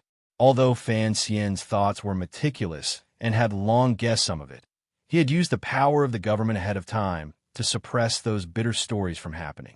The Qing Kingdom's common people's own stories were always complicated. The common people did not like those women, but they were used to living happy lives with the little treasurer. Once the situation changed, they were not used to it. The treasurers did not have sex in the middle of the night, so there were not many cases of forcefully taking concubines. Although there were not many cases, it involved matters between men and women. It created a bad influence among the people. Fan Xian was vexed, but he didn't have any good ideas. It was difficult for an upright official to resolve family matters. The ruthless official was also not that strong, so he could only toss it aside. However, these were just small interludes. On a larger level, the authority of the new head of the Palace Treasury Transport Company, Imperial Envoy Fan Xian, had already been established. Furthermore, in the hearts of the tens of thousands of low-level workers in the Palace Treasury, He had firmly forged an image of being upright and outspoken, incorruptible and wise. Presently, he no longer needed the help of the Eighth Bureau. With his reputation as a civil and military official, Fan Xian had long become familiar with these methods. The palace treasury gradually calmed down. However, the strike had ended, but Fan Xian's plan had only just begun. To beat the snake to scare it, one half of the two-headed snake had been ruthlessly killed by him. With the other injured, it was time to begin moving. "Is there any new news from Ziyue?" Fan Xian asked casually as he sat in a chair and looked with narrowed eyes at today's council reports. Su Wenmao replied, "Not so fast. According to your orders, even if those Xinyang officials send the news out, it will take at least a month for them to come and go." Fan Xian sighed. The imperial censors in the court do things too slowly. Su Wenmao smiled bitterly, thinking, how could there be someone like the commissioner in the world who waited for the imperial censors to come and report him? It was only because his background was strong enough that he could sit so calmly. "We can't wait anymore. Tomorrow, we'll capture those people," Fan Xian said. The target of these words was, of course, the trusted officials Xinyang had left in the palace treasury. At the beginning of the three-day order, these officials had secretly stirred up the emotions of the treasurers and incited them to oppose Fan Xian. After Fan Xian demonstrated his bloody methods, these officials were as happy as if they had eaten a sweet jujube. Throughout the night, they thought of ways to send out memorials without asking. Of course, it was to report to the officials of the eldest princess faction in Jingdou. At the beginning, Fan Xian had allowed the treasurers to link up for 3 days and finally form a strike to force the emperor to abdicate. It was for the sake of making the pustules in the palace treasury grow more plentiful and to see who was playing tricks. Before and after, the Overwatch Council's secret agents watched the many officials in the transport company with great caution. These people had no way of escaping the net Fan Xian had laid out. "Let's do it," Fan Xian said with a pained smile. "We're all leaving. We can't keep them here to eat porridge." Su Wenmao made a sound of acknowledgement and asked with confusion, "Sir, why didn't you cover up the news at the beginning? After all, there was a strike this time. Once the court in Jingdou discussed it, if Xinyang did something else, I'm afraid your days would not be easy." Fan Xian fell silent. His fingers gently tapped against the armrest of the chair. This was a very common behavior when he was thinking about a problem. After thinking for a while, he decided to explain a bit more to his trusted aide. He raised his head and explained, "The palace treasury is divided into 2 parts. The workshops are the foundation, and the export merchants are the hands and feet. If I want to break someone's hands and feet, I have to first lay down a solid foundation. I have never been used to planning for a situation that takes too long, so I chose to force these people in the palace treasury to overreact first. Only then can I strike heavily and find an excuse to chase the Xinyang officials out." Su Wenmao nodded, but he thought that this could not explain his earlier question. Looking at the commissioner's expression, he knew he had a sense of propriety, so he listened patiently. "I want to force the enemies in the palace treasury to act," Fan Xian said with a slight smile. "Isn't the eldest princess also waiting for me to force her? Given her eyes in the court and palace, how could she not know that the old shopkeepers had followed me to Jiangnan? And she has never told this matter to the officials in the palace. It is clear that she does not want those officials to know my bottom line and not dare to stand out bravely. Think about it. If everyone knew that the old shopkeepers were with us, how could this strike have happened? Naturally, it would not have happened." Su Wenmao furrowed his brows. "If they knew that you had old teachers from Qingyu Hall at your side, those treasurers would not have dared to stand out and make irresponsible remarks. But the question is, why would the eldest princess hide this information and wait for the palace treasury officials to secretly make connections, thus giving you a good opportunity to establish your might? If she had explained it clearly beforehand, the treasurers would certainly have been much more well-behaved. Those Xinyang officials would have also calmed down and not let us find any reason to do so." Fan Xian shook his head and sighed.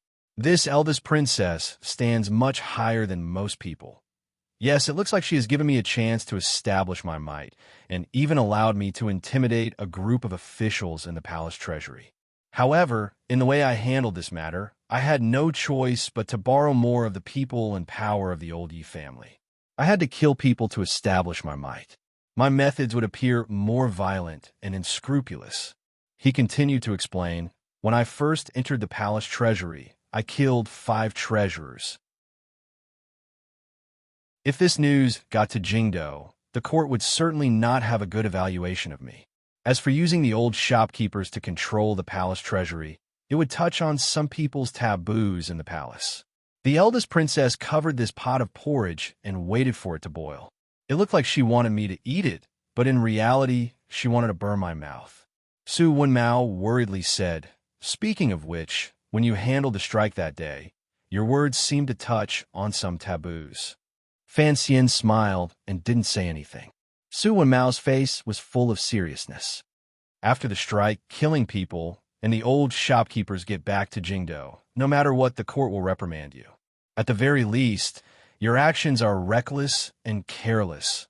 Unbearable. He closed his mouth, but Fan Xian smiled and continued, "Unbearable? At the very worst, they could secretly say that I have different aspirations and still remember the Yi family in the past, and so on." Su Wenmao paused and immediately understood what Commissioner Fan feared the most in his life. He involuntarily sucked in a breath of cold air. Only now did he finally feel the eldest princess methods. She had not done anything. She had only secretly helped Fan Xian hide the news of the old shopkeepers heading south. She had been able to place Fan Xian on the mouth of a very dangerous volcano. Since you understood the plan so well back then, you should have brought out the old shopkeepers at the first opportunity. You should have been more cautious in your actions. He gathered his courage and admonished Fan Xian. Fan Xian shook his head and said, "The eldest princess calculated that I had to intensify the conflict in order to take control of the palace treasury as quickly as possible. As for the aftermath, it is something I cannot care about right now. So, on this point, even if she watches coldly from Jingdo, I still have to do it." He smiled coldly and said, "As for the trusted officials of the palace treasury being dug out by me, because of this, presumably, she also knows that with the help of the Overwatch Council, these people will not be of any use in the next few years. On the contrary, they will bring her unwanted trouble. Since they are already useless people, why would she care about their life or death? They are just a few abandoned chess pieces to give me some trouble before they die. Since no matter what she does, it is impossible to stop my complete takeover. Of course, the eldest princess is willing to see that my takeover will cause some trouble and bring me some hidden worries in the future." The so-called hidden worries in these words were naturally the noble's understanding of Fan Xian. Perhaps there would be some subtle changes because of the palace treasury matter. Who knew if the cold-blooded side Fan Xian showed in handling the palace treasury matter would touch the Empress Dowager's sensitive nerve or make the Empress and the Crown Prince think of the Yi family in the past. Making connections was like a venomous snake that ate at one's heart and soul. Before Fan Xian had enough power to deal with them, perhaps they would become wary. The Empress Dowager, the eldest princess, and the Empress were a group of women in the harem. The Crown Prince and the second prince were a pair of quarrelsome lovers. If they once again united because of Fan Xian's existence, and if the emperor would have some kind of suspicion toward Fan Xian, the eldest princess would laugh. The eldest princess should laugh, and Fan Xian should cry. In the palace treasury matter, the so-called with the shopkeeper in hand, I have the world. The eldest princess had to accept this reality, so she only wanted to obtain some benefits from it. What should I do next? Fan Xian lowered his head and said faintly and insipidly, "Nothing much." According to the director's words, the eldest princess's vision is still limited to one palace. If the imperial censorate really accuses me this time, I'm afraid she will suffer a loss. Su Wenmao looked at him with disbelief. Fan Xian raised his head and a confident smile rose to his face. Since the emperor has given the old shopkeeper to me, it means that, in a short amount of time, he believes in my loyalty. If I go to Jiangnan to take over the palace treasury, it will damage the eldest princess's face. If the eldest princess maintains her silence at this time, then it's fine. If I do anything wrong in cleaning up the palace treasury, the Jingdo court officials will rise up and attack me. The emperor can't help but be suspicious. As for the problem of the old Yi family, it won't affect me too much. I want this pot of porridge in the palace treasury to be cooked quickly. The eldest princess likes me to use a fierce fire, but I hope she will secretly help me use a fierce fire. Fan Xian smiled and said, although my actions in the palace treasury are impudent and worthy of suspicion, I did not purposely hide it. Naturally, the emperor believes in my sincerity. Although the eldest princess looks on coldly from the side, she is scheming without authorization. This is the so-called insincerity. He finally explained, any scheme, at the final stage, only depends on the emperor's mood and closeness. I have always been completely honest with the emperor. He didn't know if these words were to convince Su Wenmao or to deceive him. In this battle, Fan Xian knew that his son-in-law had to obtain victory. As his son, he also had to obtain victory. After the emperor had established the second prince as an enemy for the crown prince, he had now successfully established Fan Xian as the most valiant whetstone. The eldest princess only saw the pressure Fan Xian's rise brought to the two princes and the Empress Dowager and Empress in the palace. She did not see clearly that this kind of pressure was secretly cultivated by the Qing emperor. This was what Fan Xian had said earlier through Chun Pingping's mouth. The eldest princess's vision was still limited. It was not the limitations of history, but the limitations of her. But, after all, she was not an emperor who sat on the dragon chair and looked down on the world. To be continued. If you want to know what happens next, please log on to www.cmfu.com. More chapters. Support the author. Support original reading. Chapter 355. It was the middle of March. Spring had long swept across the world from the north to the south. Regardless of whether it was Shangjing in the north or Jingdo in the Qing kingdom, they were all enveloped in a flourishing scene. In the land of Jiangnan, the green water rippled and the green mountains hit each other. Along the river, the willow trees sprouted tender green branches and wrote the word vitality. The palace treasury was southwest of Jiangnan Road, so it could not escape the good fortune of nature. In just a few days, up and down the river, inside and outside the workshops, green grass and light pink flowers grew, decorating the originally dull yamen and workshops. It greatly weakened the hard and cold atmosphere. Amidst the peace, the officials who came to the yamen for work had faces full of smiles and raised their hands in greeting at the yamen door. The reign of blood and foul wind had already passed. Tomorrow, the imperial envoy would return to Suzhou to preside over the matter of the palace treasury opening for the new year. The mood of these officials of the palace treasury transport company was very relaxed. After opening the yamen to discuss matters, Fan Xian sat in the middle seat and gave a brief summary of the future arrangements. However, there were no trusted aides among these people, so what he talked about was the usual routine, such as the arrangements for the various workshops. Other than reiterating the Qing laws, he also mentioned that the court had specially revised the rules for the palace treasury. They cannot be disobeyed. Regardless of whether it was wages or salaries, they all had to be distributed promptly. The daily security and security work also had to be more vigilant. Hearing the imperial envoy say this, the officials also agreed. With those 5 heads in front of them, no one would be stupid enough to contradict him face to face. Fan Xian arranged for Su Wenmao to stay. However, he did not have an official position in the transport company, so he temporarily moved his subordinates to the 4th Bureau. Together with Danda, he led the Overwatch Council officials and secret agents in the palace treasury. The officials knew that after Fan Xian finished presiding over the New Year opening of the palace treasury in Suzhou, he would go to Hangzhou to settle down. This was a rule that had been established many years ago. The head of the transport company would not live in the palace treasury. Thus, Su Wenmao, who stayed in the palace treasury, was equivalent to the imperial envoy's spokesperson. He could not be treated lightly. Thus, Everyone quickly stood and greeted Su and Mao. As they met, Fan Xian's brows furrowed slightly. He quietly said to the deputy beside him, "Ma, Jia, I'm going to do what we talked about last night." This was a superficial respect for the deputy envoy.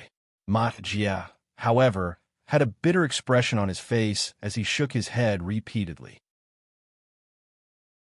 A strange light flashed through the eyes of General Yi, who was sitting to Fan Xian's right. He didn't know what the imperial envoy was up to this time, that he hadn't been notified. His question was quickly answered. Su Wenmao put on a false smile and walked to the front of the hall. He raised his hands in salute to everyone present.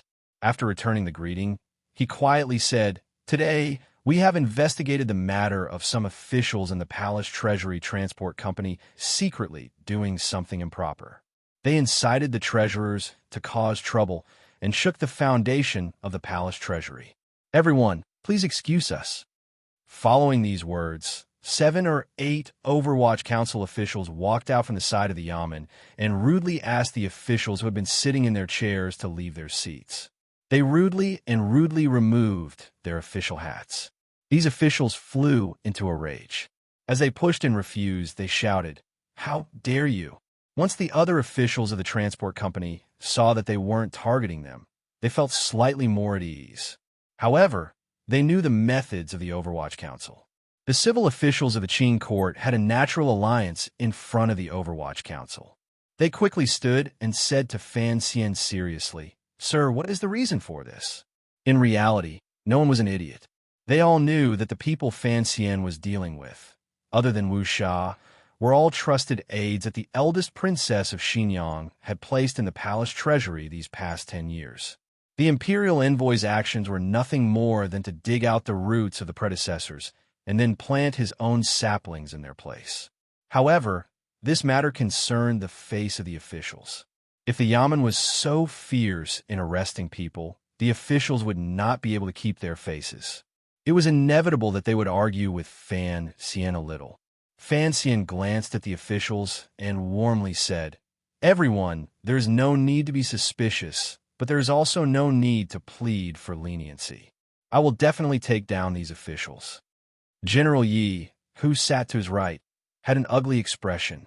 He glanced at Deputy Ma Jie beside him and found that although he could not hide his awkwardness, there was no shock in his eyes. Presumably, he had already been informed by Fan Xian last night. Thinking of this, General Ye's mood began to become heavy. In a muffled voice, he reported, "Sir, these officials have served in the transport company for a long time and have always restrained themselves to serve the public good. If we just take them like this, I'm afraid it will not be justifiable." Fan Xian glanced at him and smiled. "Restrain themselves to serve the public good? I'm afraid it's not." General Ye's expression darkened slightly. "Even if there are occasional improprieties, you have already given the 3-day order. These officials have already acted according to your orders. Since it is clear that they will not be punished, they will not be punished." Fan Xian lowered his head. He knew why General Yi and the other officials had jumped out to oppose him today. The reason was actually very simple.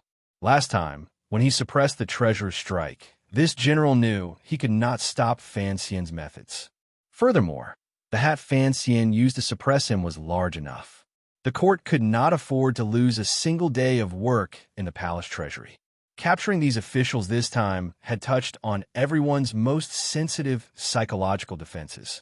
They were terrified that he, as the imperial envoy who also held the position of commissioner of the Overwatch Council, would use this as an excuse to weave a large net and flip over the entire transport company, injuring himself. For General Yi, his family had been pushed hard by the emperor.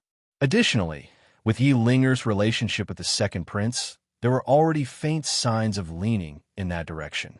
Although General Yi had never received any secret letters from the Yi family in Dingzhou, he knew that Fan Xian's capture today was to dig out all of the eldest princess trusted aides in the palace treasury. Unconsciously, he wanted to save something for the eldest princess. If he allowed Fan Xian to grow in the palace treasury, General Yi was worried that his future days would not be easy. Fan Xian did not explain anything. He only pulled out a file from his clothes and handed it to General Yi. General Yi was slightly surprised. He accepted the open file and looked at it closely. His expression gradually darkened. He saw that on the file were all the shady and illegal activities of the officials who had been captured. Most importantly, the crime on it was not on the so-called corruption. Instead, it was on the dishonorable roles these officials had played in the labor unrest. All of the evidence, including the traitorous confessions of the treasurers, were clear. For example, when an official had spoken to which treasurers, the locations, and people were all clearly written. The attack was ruthless and accurate. It was truly the Overwatch Council's top-notch methods. Looking at each line of evidence on the file, this general's heart couldn't help but gradually grow cold. He thought that the Imperial envoy had only been in the palace treasury for a few days. How could he have investigated all of the transport company's ins and outs so clearly?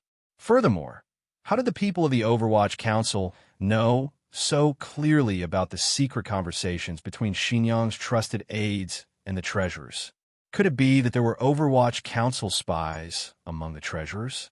Thinking of this, General Yi remembered the legendary terror of the Overwatch Council. Those spies, who had already been described by the people as being like poisonous snakes in the night, were everywhere. He involuntarily began to worry about himself. Would there also be Overwatch Council spies in his manor? However, as the general in charge of the palace treasury's defense, he was not very afraid of the Overwatch Council. First, he was a third-level official. The Overwatch Council did not have the power to arrest him without asking for an edict. Second, as a member of the military, regardless of faction, the Overwatch Council saw the power of the Qin Kingdom's military and had to give them some face. On the matter of the labor unrest, General Yi thought he had performed well enough. Today, it truly involved the eldest princess face, as well as the matter of the princes in Jingdo. He forcefully resisted the unease in his heart and stood. He bowed to Fan Xian and said sincerely, "Sir, this." After all, he was a general, so he didn't know how to organize his pleas. Fan Xian smiled and looked at him. He shook his head and said, "There's no need to plead." General Yi was terrified that Ding Zhou was still not willing to send a message. He had no idea which side to stand on, which was why he had sunk into the difficult situation he was in. However, Fan Xian had acted first. He gritted his teeth and forced himself to say, "Sir, these people are all officials of the transport company. I wonder if you want to take them as the head of the transport company or as the commissioner of the Overwatch Council." In a low voice, he said, "Sir, even if the Imperial envoy takes people and the evidence is there, if you want to investigate the case, it will take many days to open the court. The palace treasury, is about to open." Fan Xian glanced at him and was surprised by the other party's courage. After thinking for a moment, he understood. If he wanted to take these officials, the method he used was very particular. If he used his identity as the commissioner of the Overwatch Council to investigate the case, then once it got back to Jingdo, it would draw the court's attention. The elders in court would probably think he was targeting the eldest princess or something. If he used his identity as the head of the transport company or the Imperial envoy to investigate the case, he could not delay this any longer. Who was Fan Xian? How could he care about the discussion in Jingdo? He smiled and said, "General Yi, don't worry too much. I have always believed in Qin law and will not act recklessly. Today I have taken these officials. For the sake of fairness, I will not personally investigate the case." General Yi was slightly startled. As long as you don't personally investigate the case, no matter who investigates, it will depend on Jingdo's inclination. With Fan Xian's promise, he could answer to Jingdo, so he hesitantly retreated. However, he was curious as to why Fan Xian was not personally investigating the case. Was he going to lock these officials up in the palace treasury? They couldn't keep them locked up forever. The court would eventually send an inquiry. "I will take them with me on the road," Fan Xian said. The palace treasury is also a part of the court. Although it has never had much interaction with the officials in court, in terms of rules, it is still managed by Jiangnan Road. He gazed at the many uneasy officials in the hall and comfortingly said, "I know what everyone is worried about. Don't worry, I am not a vengeful person. Just as I said to General Yi earlier, for the sake of fairness, I will not personally interrogate these people. Instead, I will hand them over to the governor of Suzhou." He smiled slightly and said, "With Sir Shui investigating the case, presumably no one will have any more misgivings." He looked at the eldest princess' trusted aide who was still confronting the Overwatch Council officials in the hall. A glimmer of anger flashed across the corner of his lips. When did catching people become a game of eagle catching chicks? Su Wenmao's face reddened slightly as he glared fiercely at his subordinates. The Overwatch Council officials felt ashamed in their hearts. They went forward and used a few Foshan shadowless kicks, kicking the palace treasury officials who were still crying out for injustice and refused to submit to the ground and tying them up. The officials in front of the hall couldn't help but shake their heads.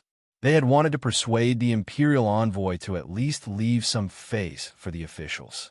Thinking of Fan Xian's earlier display of warmth and sternness, they were intimidated by that kind of warmth, coldness, and mood swings.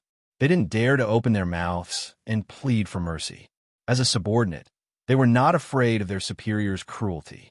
They were afraid of their superior's moods and not knowing when they would pull out that knife again. Fan Xian's last opening of the palace treasury yamen thus ended. After the hall dispersed, he asked Deputy Ma Jie to stay behind. The two of them sat in the garden behind the manor. As they got close to the scent of spring, they talked about some matters that carried the chill of autumn. "Don't blame me for being too ruthless." Fan Xian rubbed the slightly dry corners of his eyes and said, "Since they dared to make a move at the beginning of my tenure, then don't blame me for taking down their black veil." Ma Jie smiled bitterly.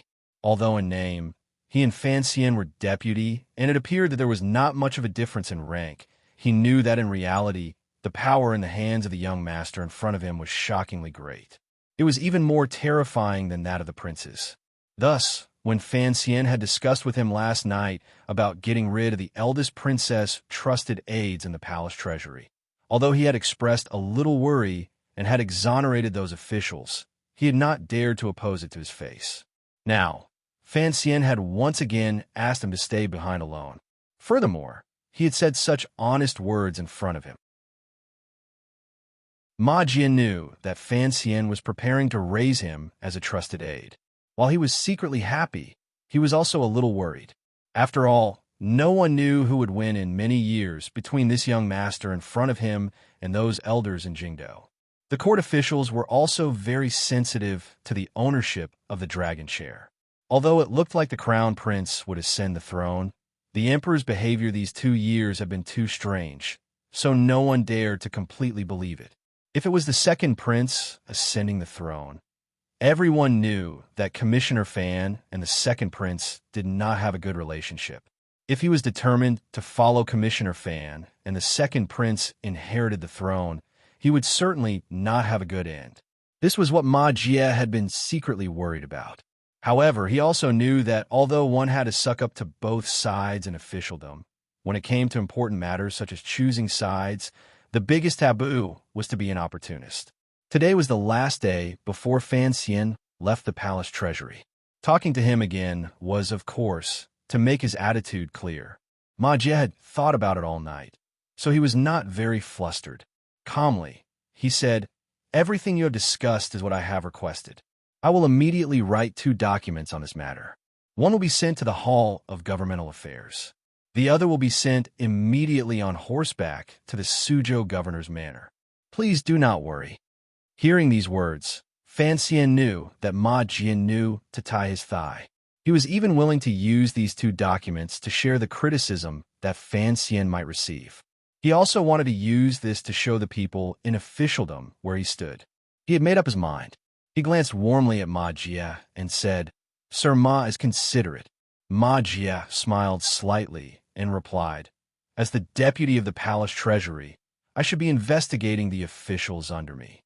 For them to cause trouble this time, it is already my dereliction of duty." Fan Xian smiled. A moment later, he opened his mouth and said, "Does Sir Ma think that my handling of the matter today was appropriate?" Ma Jie thought for a moment and then respectfully replied, "Sir, you have thought far ahead. It is indeed a good plan. Officials are not like treasurers. They cannot be casually killed or casually punished. If the case was tried in the transport company's yamen, it would take too long. It would also easily attract criticism. Tomorrow, you will take these criminal officials to Suzhou and hand them over to the governor for interrogation. Governor Shui is a pillar of the country. He has a powerful official reputation and admires you. He will certainly be able to help the court investigate this case and give the emperor a good explanation. Fan Xian gave a silent praise in his heart. This deputy had indeed guessed his thoughts clearly.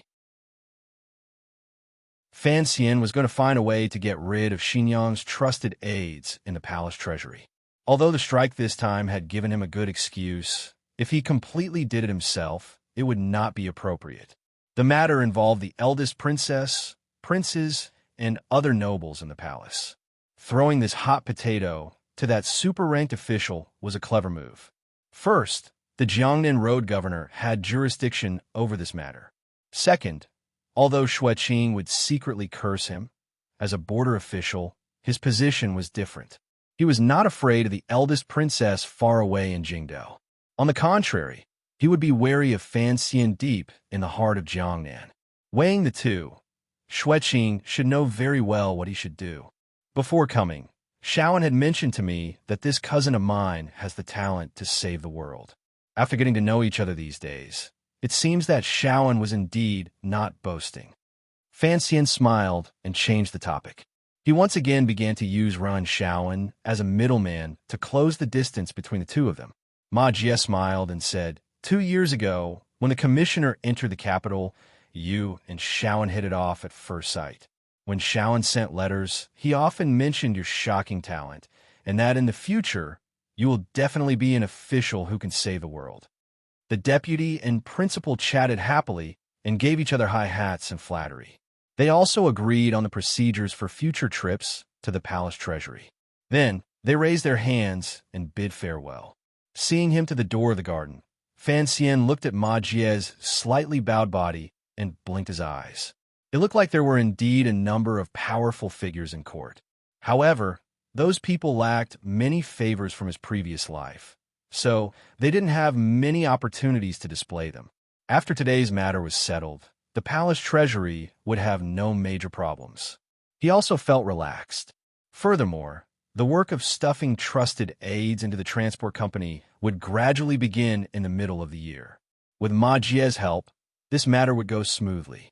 At this moment, Fan Xian could not guess what it was that made Ma Jie choose him and not the legitimate prince. This was certainly not something that could be swayed by the close relationship between Taichung Temple's vice official, Ren Shaoan. In reality, the reason for Ma Jie's defection was very simple. Because of the relationship between the third prince and Fan Xian, it made him make a large bet concerning his future career as an official and the rise and fall of his family. He bet all of his silver on the little one.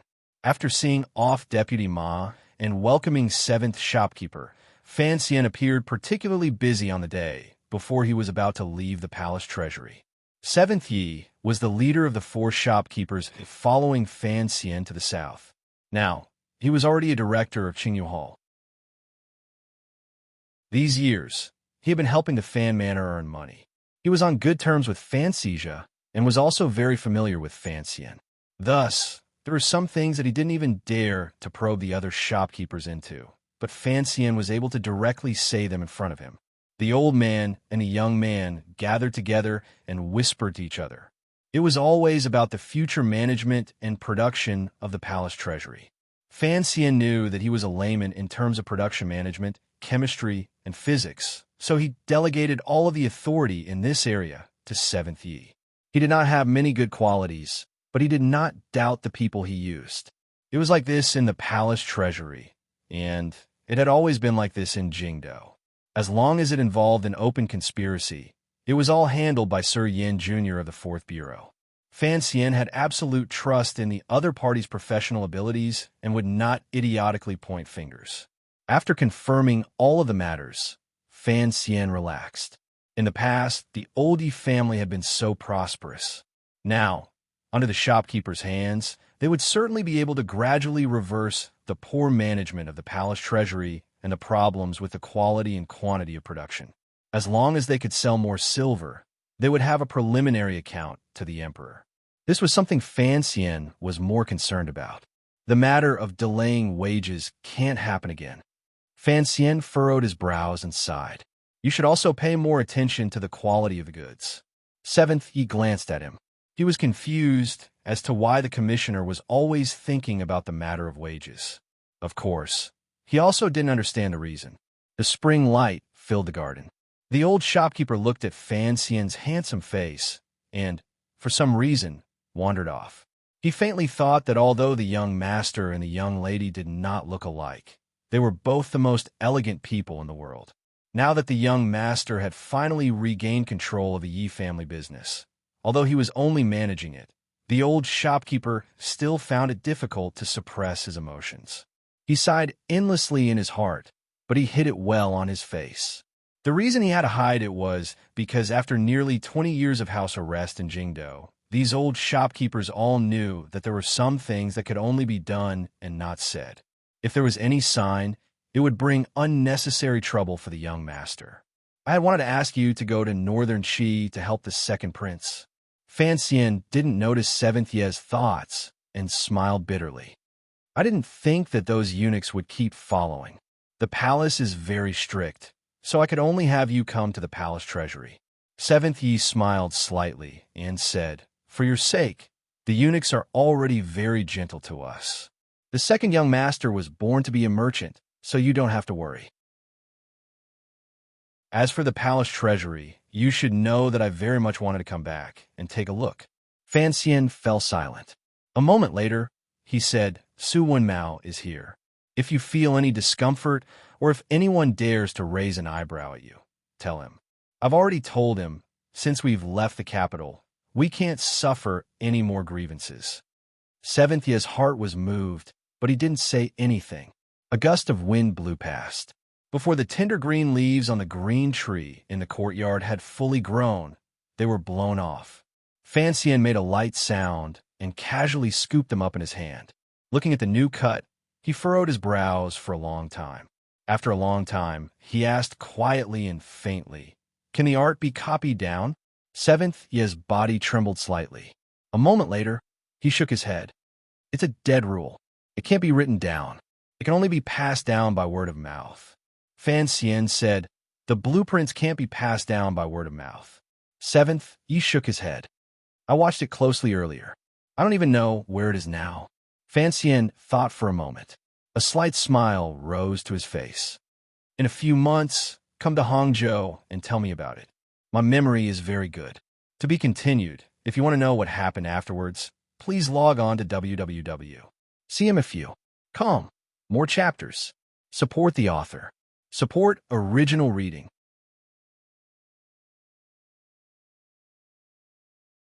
Chapter 356. The wheels of the four-wheeled carriage rolled over the grass that had just sprouted on the official road. When they collided with the cracks of the stones on the road, they made a creaking sound, which matched the sound of the reeds in the carriage, as if they were singing cheerfully. The road out of the palace treasury was filled with a joyous scene. Little birds flew quickly in the distant forest beside the paddy fields.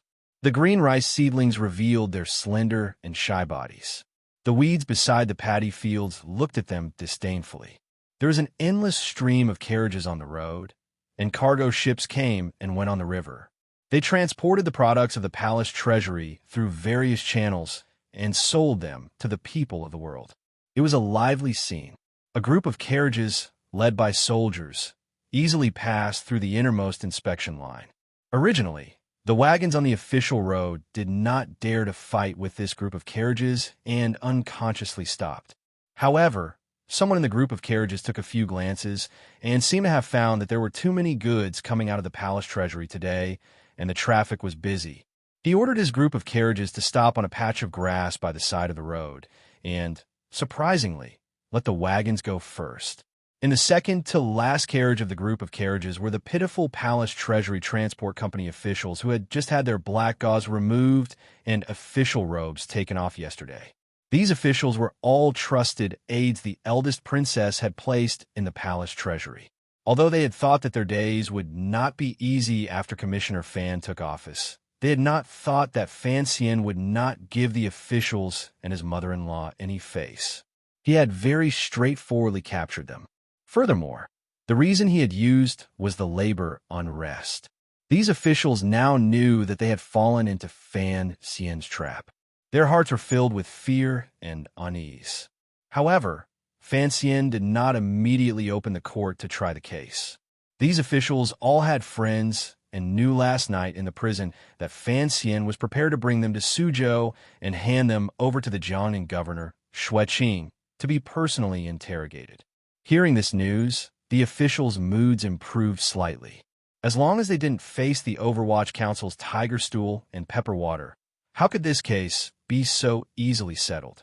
Even if the Overwatch Council had the confessions of the treasurer's betrayal, as long as they refused to admit it to the death after they arrived in Suzhou, Xueqing, Sir Xue, would have to give the eldest princess some face. As long as they dragged it out for a few more hours, once the pressure from Jingdo had arrived, Fan Xian would be too busy to take care of himself. Presumably, he would not pay any more attention to them. Why did Xueqing have to be interrogated? Haiding leaned against the window and furrowed her brows slightly. Fan Xian lowered his head and said, "I'm not suited to do this." Haiding made a soft sound of agreement and said nothing more. Ever since the day of the strike, the atmosphere between the two of them had become somewhat strange. The mutual trust they had in the past seemed to have weakened a little. They treated each other politely, but there was also a hint of unfamiliarity. After thinking about it, Haiding understood why. She knew that her proposal to travel had indeed put Fan Xian in a difficult position.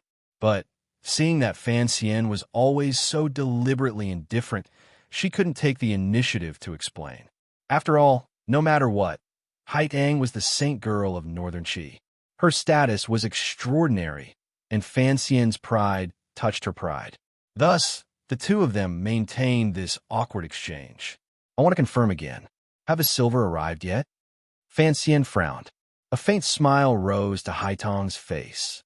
It was as if she was mocking Fan Xian's worry about personal gains and losses. Quietly, she said, "I said last time in Suzhou. Why are you so worried?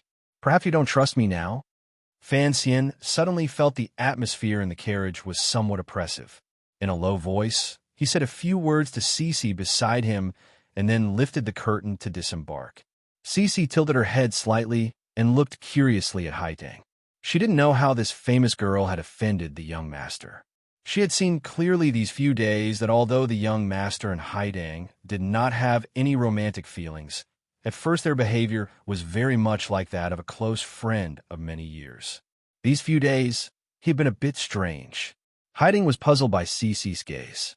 She suddenly smiled and said, "What are you looking at?" Cece said without good humor, "You're only allowed to look at me. Not me looking at you?" Haiding smiled and shook her head. Out of habit, she moved her hands to her waist and found that they were empty. These few days, she had been wearing the clothes of a serving girl and not the patterned jacket she was used to wearing. There were no two large pockets in front of her. She gazed at Cece and teased, "I'm looking at you because I want to see what the girl Fan Xian looks like." These words were the truth. Haiding had always been confused.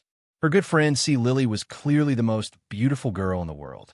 Why was Fan Xian able to maintain his calm in front of C. Lily and purposely maintain his distance? Even after that wild night, he did not have any longing for C. Lily. They had been in Jiangnan for dozens of days, yet Fan Xian had not asked her a single question, such as how C. Lily was doing recently. No matter how heartless a person was, he would not be so cold toward a beautiful girl he had shared a night with and the blessing of being in the same carriage. Thus, Haiding even began to suspect that Fan Xian had some hidden illness, like the emperor. However, Fan Xian had taken Cece into his room. On this trip, Haitong knew that Cece, the serving girl, was someone in Fan Xian's room, so she felt it was strange. After looking at her these days, she still could not see what was so special about Cece. Her appearance was only dignified and delicate, far from C. Lily's soft charm and fullness. Hearing Haidang say the girl Fan Xian likes, Cece's face suddenly reddened. Using a voice as small as a mosquito, she replied, "How could the young master like me?" Haidang smiled bitterly and shook her head. "If he didn't like you, why would he take you into his room? Although Fan Xian is a cold-blooded and heartless person, I don't believe he would do something like this." Cece suddenly raised her face and revealed a proud and confident expression. "You are mistaken. The young master is the person who values relationships the most in the world." Relationships? Haidang savored these two words and remembered that Cece seemed to have served Fan Xian since he was a child. For a moment, she furrowed her brows and hesitated in her heart. Fan Xian was such a cold-blooded and heartless young official who took pleasure in scheming against others. Was he really a person who valued relationships? She sighed. Because there were no large pockets on her clothes, she could only regretfully roll up her two sleeves and ask, "Miss Cece, why were you staring at me earlier?" In reality, Cece had some conflicting feelings towards Haitang, who had been inseparable from the young master for the past few days. After all, she was not the young mistress and was an enemy of Northern Qi. But later, after interacting with her more, like many people who had interacted with Haitang, Cece also easily liked this girl who was gentle in speech, bright in conduct, and straightforward in temperament. Haidang was a person of noble status. Although her face appeared indifferent, and she did not speak much, she treated people with sincerity. No matter what status someone had, she would treat them equally. Furthermore, it was a respect and a quality that came from her bones, such as Cece, who was still a servant girl. Just this point alone made her surpass the rest of the world.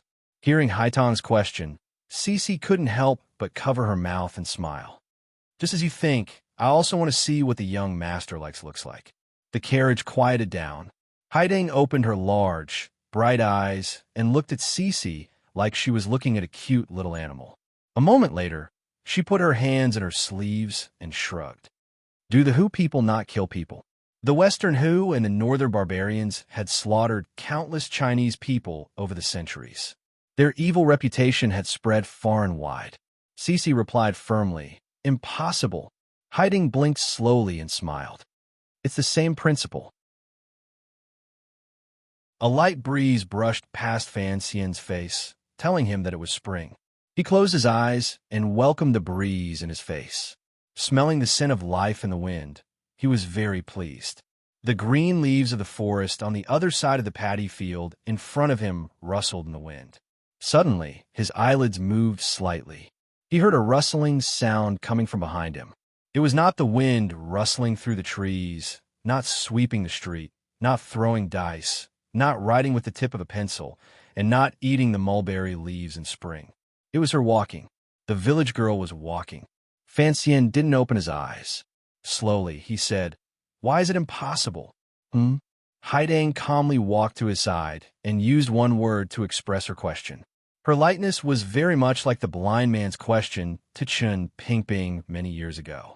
The corner of Fan Xian's mouth twitched. "Why do you think it's impossible for me to like you?" According to the council, the Empress Dowager of Northern Qi is already anxious about your marriage.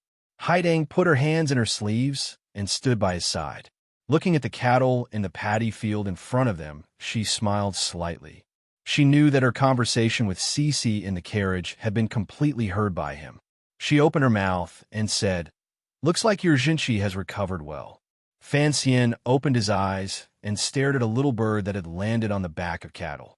With a smile, he asked, "What I'm asking is why it's impossible for me to like you."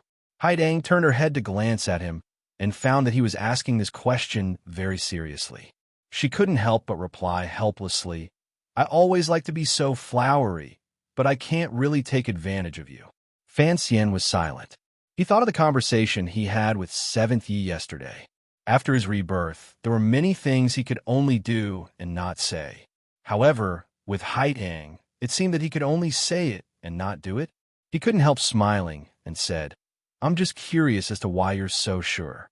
Haitang smiled slightly and said, "In Shangjing, you once said that all men, or perhaps male animals, think with the lower half of their bodies. I don't think I have that kind of appearance to attract your attention. After all, my identity is different. You have restraints, and you can't gain any benefits. How could you like me? Haidang was the sage girl of northern Qi, and Fan Xian was a powerful official of the Qin kingdom. The two of them could interact as friends. If they were to become a couple, the northern Qi Empress Dowager and the Qing Emperor would certainly not allow such a thing to happen. On the contrary, it would bring harm to their plans. However, Fan Xian was not thinking of this. He mockingly said, "Liking such a thing has nothing to do with benefits. I've found that in just half a year, your temperament has changed a great deal from before." When they were in Hangzhou, Fan Xian seemed to have said these words to Haidang. Haidang was silent for a moment and then slowly said, "Tianyi Dao pays attention to the connection between heaven and man, the world above, and the people below. I had originally thought that these things could be done naturally. However, in this half a year, I've been entangled in many plans. It is very different from the way of our sect, so it is inevitable that I am not used to it." Fan Xian nodded slightly and said in agreement, "This kind of scheming is indeed only suitable for people like me. You should go back to being a village girl, a job with a future." He thought of something and sighed. "Speaking of which, your temperament is not harmonious. In the end, it is my problem. If I hadn't pulled you into the situation when we were in Shangjing, perhaps you would still be raising chickens and playing with donkeys in the garden." He turned to Haidang and smiled slightly. "Does this count as me leading you into the demonic path?" "What is the demonic path?" Haidang replied calmly. "It is only a demon in one's heart. With desires comes loss. Although my desires appear grand, they still have losses. This is the so-called way of nature." Fan Xian asked, "Then you still persist?" "Of course," Haidang said quietly. "Enji, you once said something that resonates deeply with my heart." "What did you say?" "In this world, there has never been a good war or a bad peace." Haidang smiled slightly. "For this goal, I am willing to help you." Fan Xian once again sank into silence. He looked at the scene in front of him in a daze. He saw that the bird, perhaps on the mud-covered body of the ox, did not find any parasites to fill its stomach, so it flew away with a whoosh. "Actually, you don't have to feel too inferior." Fan Xian turned his head to look at Haidang. Very seriously, he said, "I've always felt that you look very dignified." Haidang was speechless. A moment later, she replied, "Dare I ask, is this praise or mockery?" Fan Xian smiled and shook his head. "It is only in response to what you said earlier, the reason why I could not possibly like you.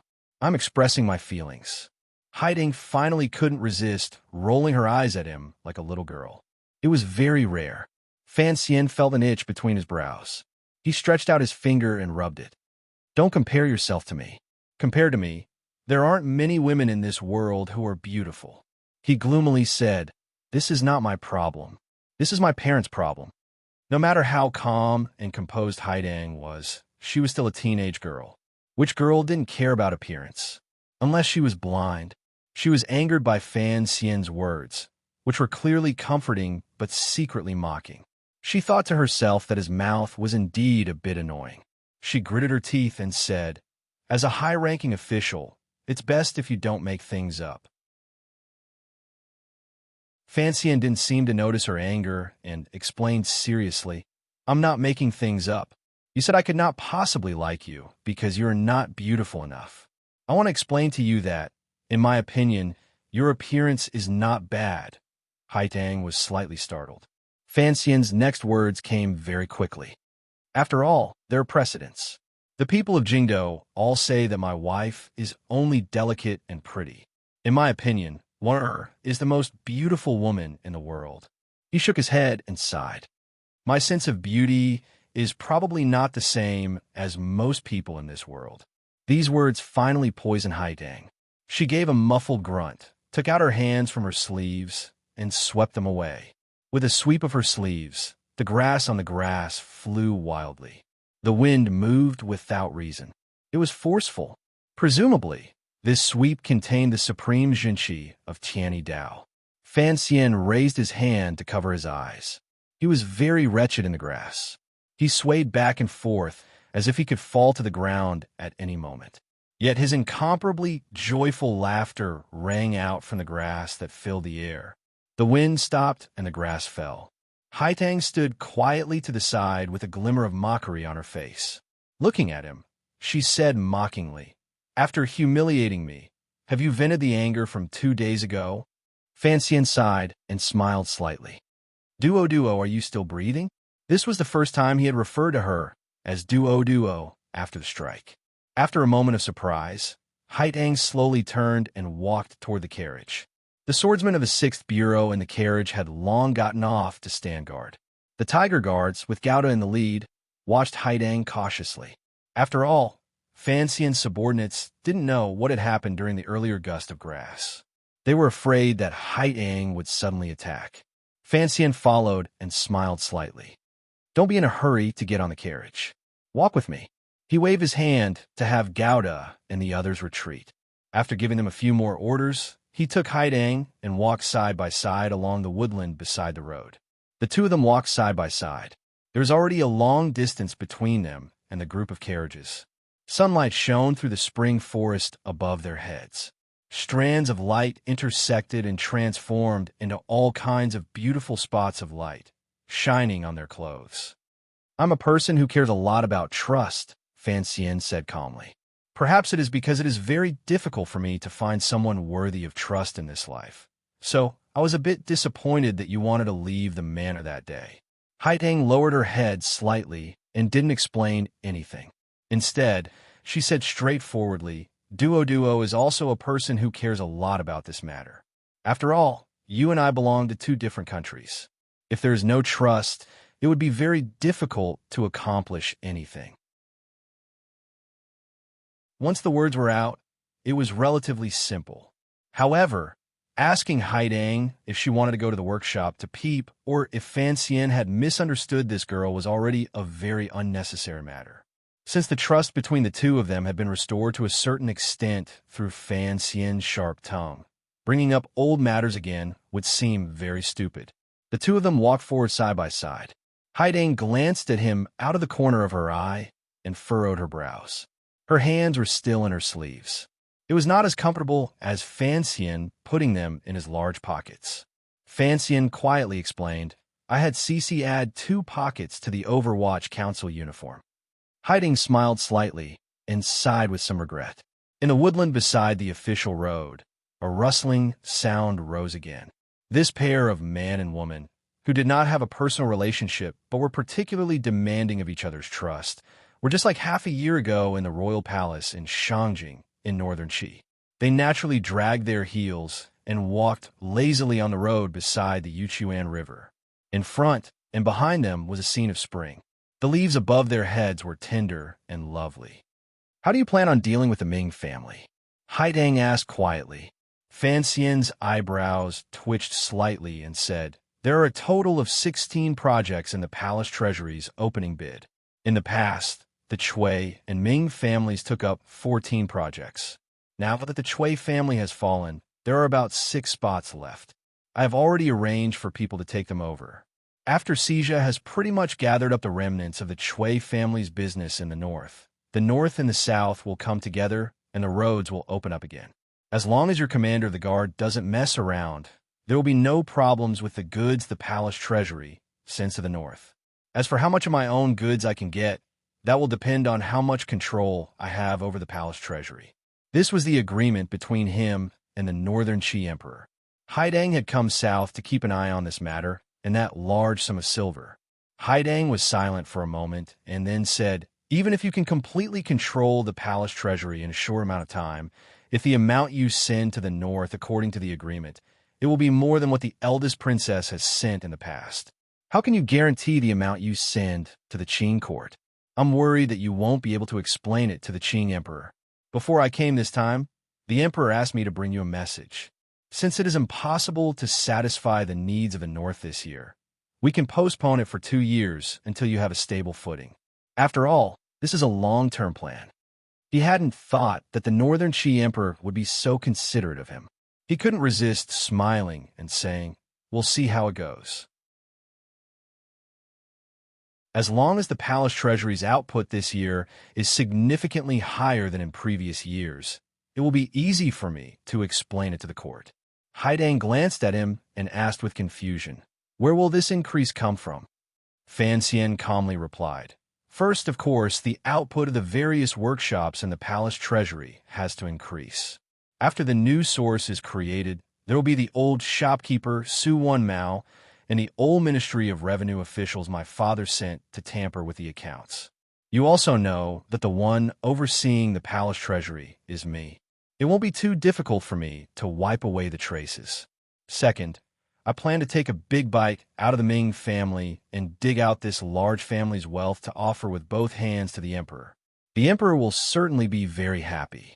He returned to the question Haidang had asked at the very beginning. How exactly did he plan to deal with the Ming family?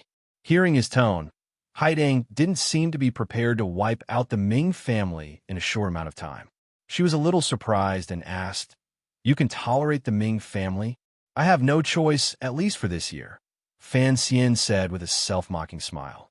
Fan Xian smiled self-mockingly and said, "The Chui family's foundation is too shallow. Their battle lines are spread too far, so the Overwatch Council can succeed in one battle. However, the Ming family is a century-old family. Long before the palace treasury, they were a famous Jiangnan family. Their foundation is very solid. A large family of tens of thousands of people. Who knows how many of them are officials in court? If we use thunderous methods to deal with them, I'm afraid Jiangnan Road will fall into chaos. The most important thing is the eldest princess, crown prince, and second prince all have shares in it. Perhaps you won't believe it, but even the Fan family has a position in it. Furthermore, they send heavy gifts to Jingdo every year. The various ministries and even the Bureau of Military Affairs have a very good impression of the Ming family. They have always kept a low profile. You have also seen young Master Ming. He is a very steady person in the way he does things, and he does not have a bad reputation among the people. If we want to touch them, it will be very difficult." Haiding also began to feel that this matter was complicated. She found that although there was worry between Fan Xian's brows, he still did not lose his confidence. She asked, "What is your trump card?" "My trump card is the emperor," Fan Xian said seriously. "The Ming family stole silver from the palace treasury and gave a portion to the princess, princes, and officials. Everyone in the world likes the Ming family, but the emperor doesn't like it. But the emperor does not like it because the Ming family stole his silver. Not counting the words below. First of all, I sincerely request for monthly tickets because old sixth position is very dangerous. 3,000 RMB. At this time, I have to take the night train to Guangzhou and arrive tomorrow. It's just that the journey will be long, and I have to pack up and make arrangements, so the updates for the next few days will be a little less messy. Please understand. Why'd I have to go out? It's not that I have anything to do, it's just that I'm getting moldy from sitting at home. I need a change of environment and adjust my state of mind. Perhaps everyone doesn't understand the feeling of sitting alone at home from body to brain.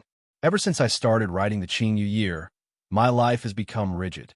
Every day, I stay at home, sit, and occasionally go out, but I don't dare to drink.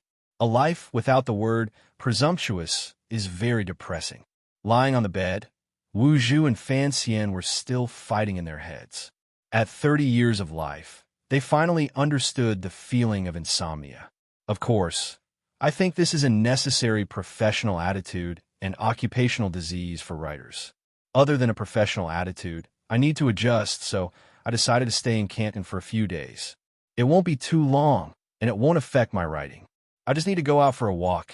The friend who wrote The Evil Ming is also in the same predicament, but he doesn't have time to drink with me. I also don't dare go to his place, so I can only go south. I hope everyone's body and spirit are not sub-healthy and smile more in life. In the end, I still firmly extended my hand to ask for a monthly ticket.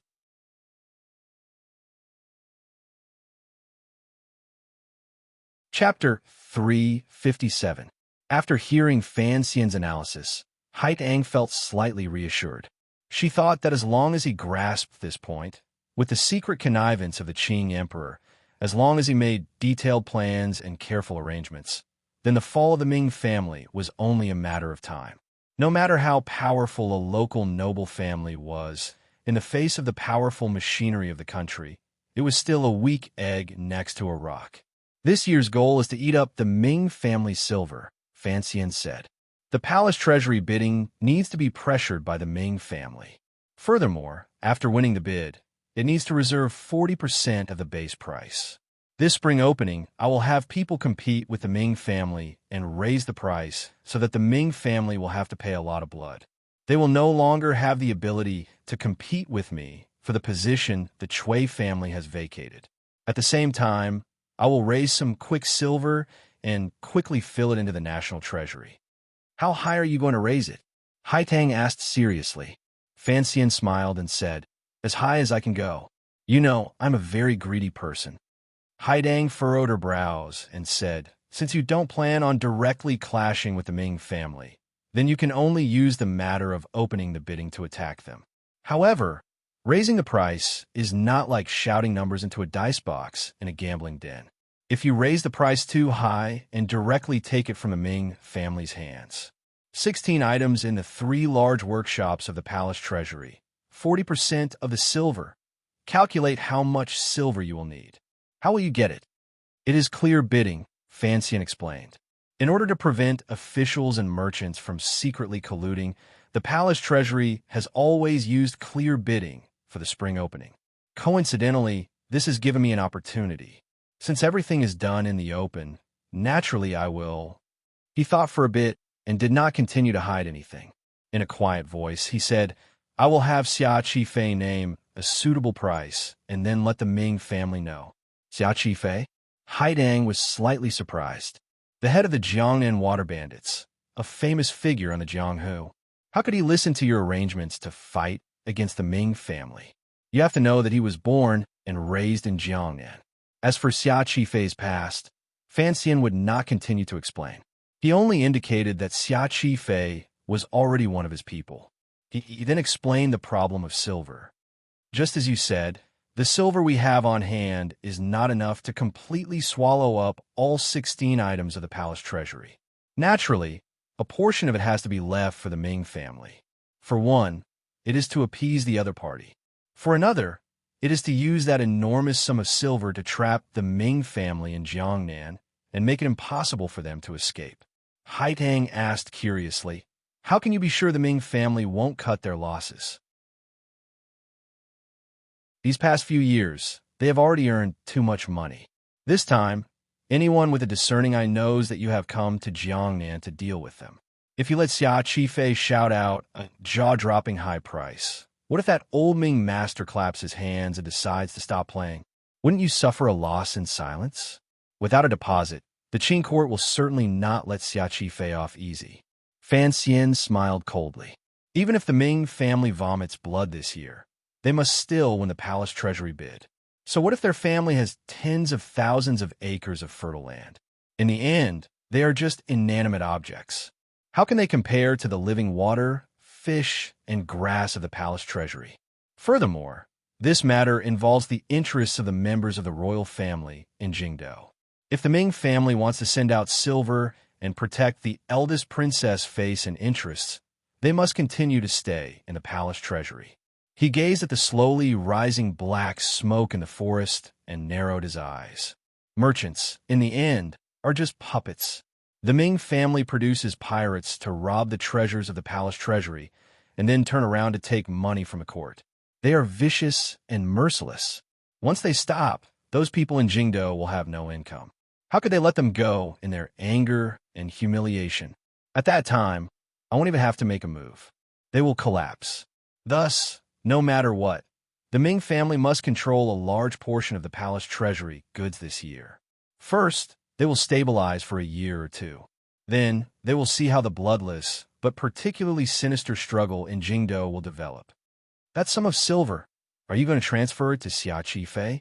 This was a question that Haidang was very concerned about. Fan Xian nodded. A portion, although father has prepared some for me. Once the palace treasury opens, everyone is watching me and the treasury of the Ministry of Revenue. The eldest princess has probably long guessed this source of income of mine. If I truly use the Ministry of Revenue's stored silver to fight this battle with the Ming family, I'm afraid if I'm not careful, I will lose everything. He self-mockingly said, using the silver of the national treasury is a crime that can get my entire family beheaded. I'm cowardly. Haitang heard him admit he was cowardly and shook her head noncommittally. In a quiet voice, she asked, but using Taiping Money House to transfer silver over the background of Taiping Money House is dongy. Aren't you afraid they will notice something? Fan Xian glanced at her and slowly said, this is the arrangement of your emperor. Perhaps even you would not have thought of it.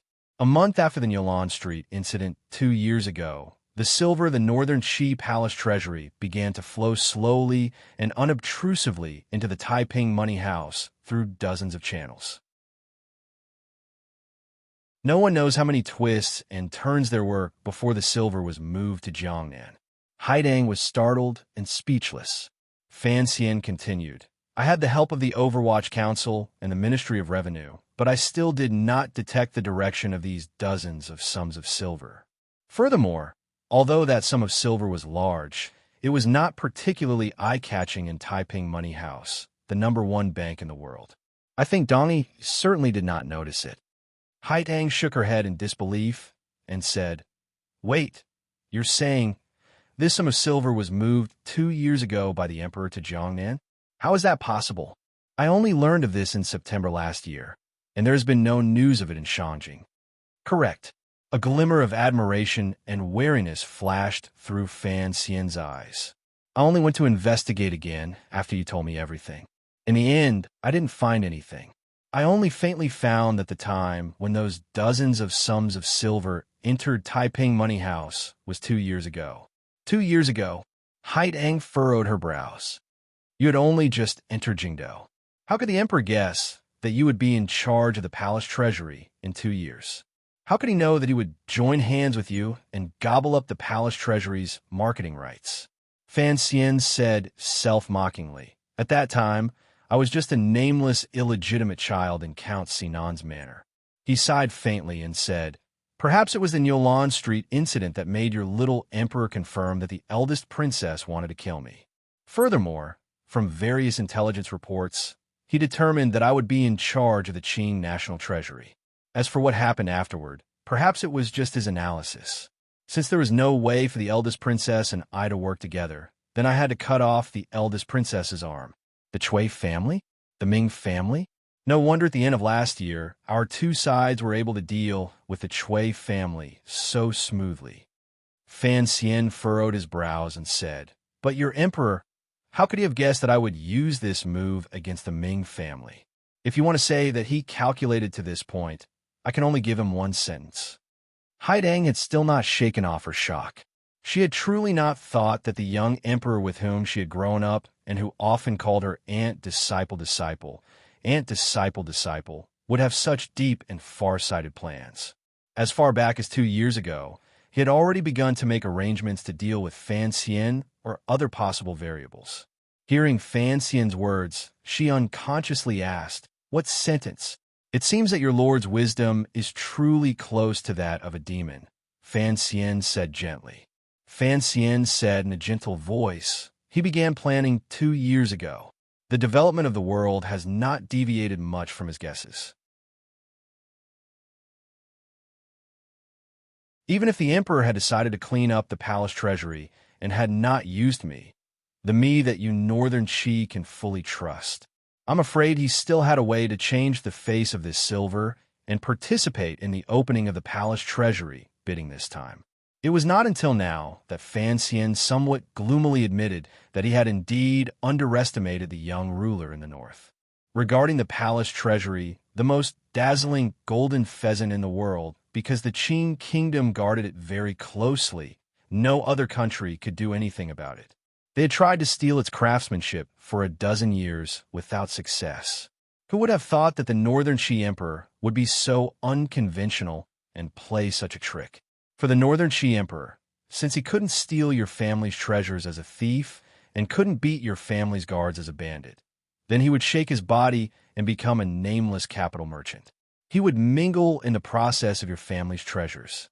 Although he wouldn't be able to get the first bite, he wouldn't just eat scraps. However, in this arrangement of the world, Fan Xian, a variable that surprised the Northern Qi people, later appeared, so the Northern Qi Emperor became more and more generous and steady. Fan Xian sighed. In this world, there were many extremely intelligent and astute people. In comparison, he, an internationalist, carried too much of an idealist. Are you angry? Haiding looked at his expression and asked probingly. Fan Xian smiled slightly and shook his head. If your emperor had been hiding this matter from me, of course I would be angry. But now he must cooperate with me. So what is there for me to be angry about? Right now, it is as if he has used all of this money as a hostage and handed it into my hands. This is enough to exchange for my trust in him. Haidang sighed and said, You are not a person who trusts others easily. Fan Xian lowered his head and slowly said, Trust is mutual. I'm just curious as to why your emperor trusts me so much. You have to know that in the future, if the two countries become hostile, or if I have other thoughts, then I can eat his silver at any time and cut off his goods. He has no chance of turning the tables. He raised his head and looked into Haitong's eyes that were as bright as a clear lake. In a quiet voice, he said, I have some misgivings about this sudden trust. Haiding was silent and thought for a moment. Suddenly, she smiled and said, When I mentioned this sum of silver to you in the letter, it seems that is when the rumors of your past will appear in the world. Fan Xian looked at her with confusion. What is the connection? Haidang smiled slightly and said, Perhaps in the emperor's view, since you are a descendant of a Yi family, then you will not be satisfied with being a powerful official of the Qin kingdom. Furthermore, your vision will not be limited to the borders of the country. Everything that the Qin kingdom can give you, the Qi kingdom can give you. The emperor probably has other intentions. She didn't finish her words, but Fan Xian already understood. He shook his head self-mockingly and said, Thank you for your emperor's good intentions, but I don't want to frown and face thousands of fingers. Haidang smiled and said, It's rare for me to be in the mood to write poetry.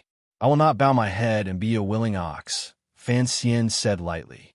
Fan Xian lightly said, Besides, your emperor should have known later that I was also a genuine Qing prince. There are many princes in this world, but of the descendants of the Yi family, there is only you. Haitang said lightly and gently, but she clearly understood Northern Qi's meaning. Fan Xian smiled and did not continue this topic. He was at the height of his glory in the Qin kingdom.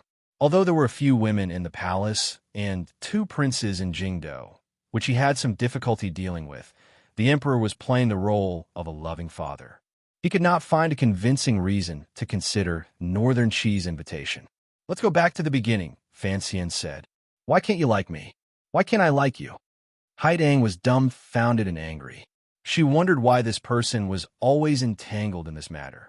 In a cold voice, she said, Duo has never cared about the matters between men and women. In the realm of love, there is no difference between big and small, but there is a difference between up and down. I do not seek to destroy my feelings, but I will not consider this problem. Fan Xian understood that the girl was expressing the meaning of putting the people of the world first. With slight mockery, he said, Worrying about the worries of the world first? Isn't it too boring to live like this? Your emperor still has a hat to play with. He didn't say what color the hat was. Suddenly, he smiled brightly and said, Duo. Haidang stopped her steps and tilted her head to look at him. She was dazzled by the gentle smile on Fan Xian's delicate face. She couldn't resist sighing and asked, What is it? It is also possible that the Hu people don't kill, Fan Xian said seriously. Haiding knew he was talking about the words she had used to shut Cece's mouth in the carriage earlier. She couldn't help feeling bitter, but she still replied quietly, Is that so? Perhaps neither the people of Northern Qi nor the Qin kingdom will believe it. Fan Xian said gently, Of course, it is possible that the Hu people don't kill people if they have all been turned into dead people by us. Haidang was startled and laughed in spite of herself without rhyme or reason. Fan Xian said quietly, Using the same logic, it is also possible that I like you, and it is also possible that you like me. Haitang mockingly said. Wait until we are all dead.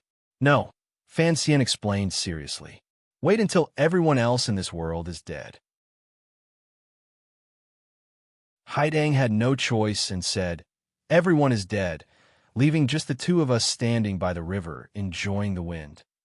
Fan Xian raised his head and thought for a while before nodding. It had seemed to be meaningless. Then he took out both hands from his pockets and held Haitang's hands. Under the girl's slightly startled gaze, he gently rubbed them. He smiled warmly and said, Since it is meaningless, then don't think about it. The weather is still cold, and you're wearing a servant girl's clothes. I'm afraid your hands will freeze. Their 4 hands clasped together. Firmness and gentleness melded in a patch of warmth. The rumbling of the carriage wheels came from behind the two of them. There was a glimmer of amusement in Haitang's eyes. She didn't pull her hands out. On the contrary, she tilted her head slightly and looked at Fan Xian. Are you purposely letting others see? Fan Xian half lowered his head and blinked his eyelashes slightly. In a quiet voice, he replied, In order to convince my emperor that I brought you to Jiangnan for a reason. In order for the mutual trust between your emperor and me to have a firmer foundation, we must both be closer. Haitang looked at him with a not-quite-there smile. In the end, Fan Xian said seriously, Of course your hands are still very comfortable to hold. You often do farm work, but there are no calluses. Student Kitty has already arrived in Guangzhou, but everyone don't worry. The updates will not stop these 2 days. Carrot at the same time, he also wants me to express sincere and strong thanks to everyone on his behalf. His monthly votes have soared overnight. He can be at ease, haha, by Jessiphy. To be continued. If you want to know what happens next, please log on to www.cmfu.com. There are more chapters. Support the author and support genuine reading.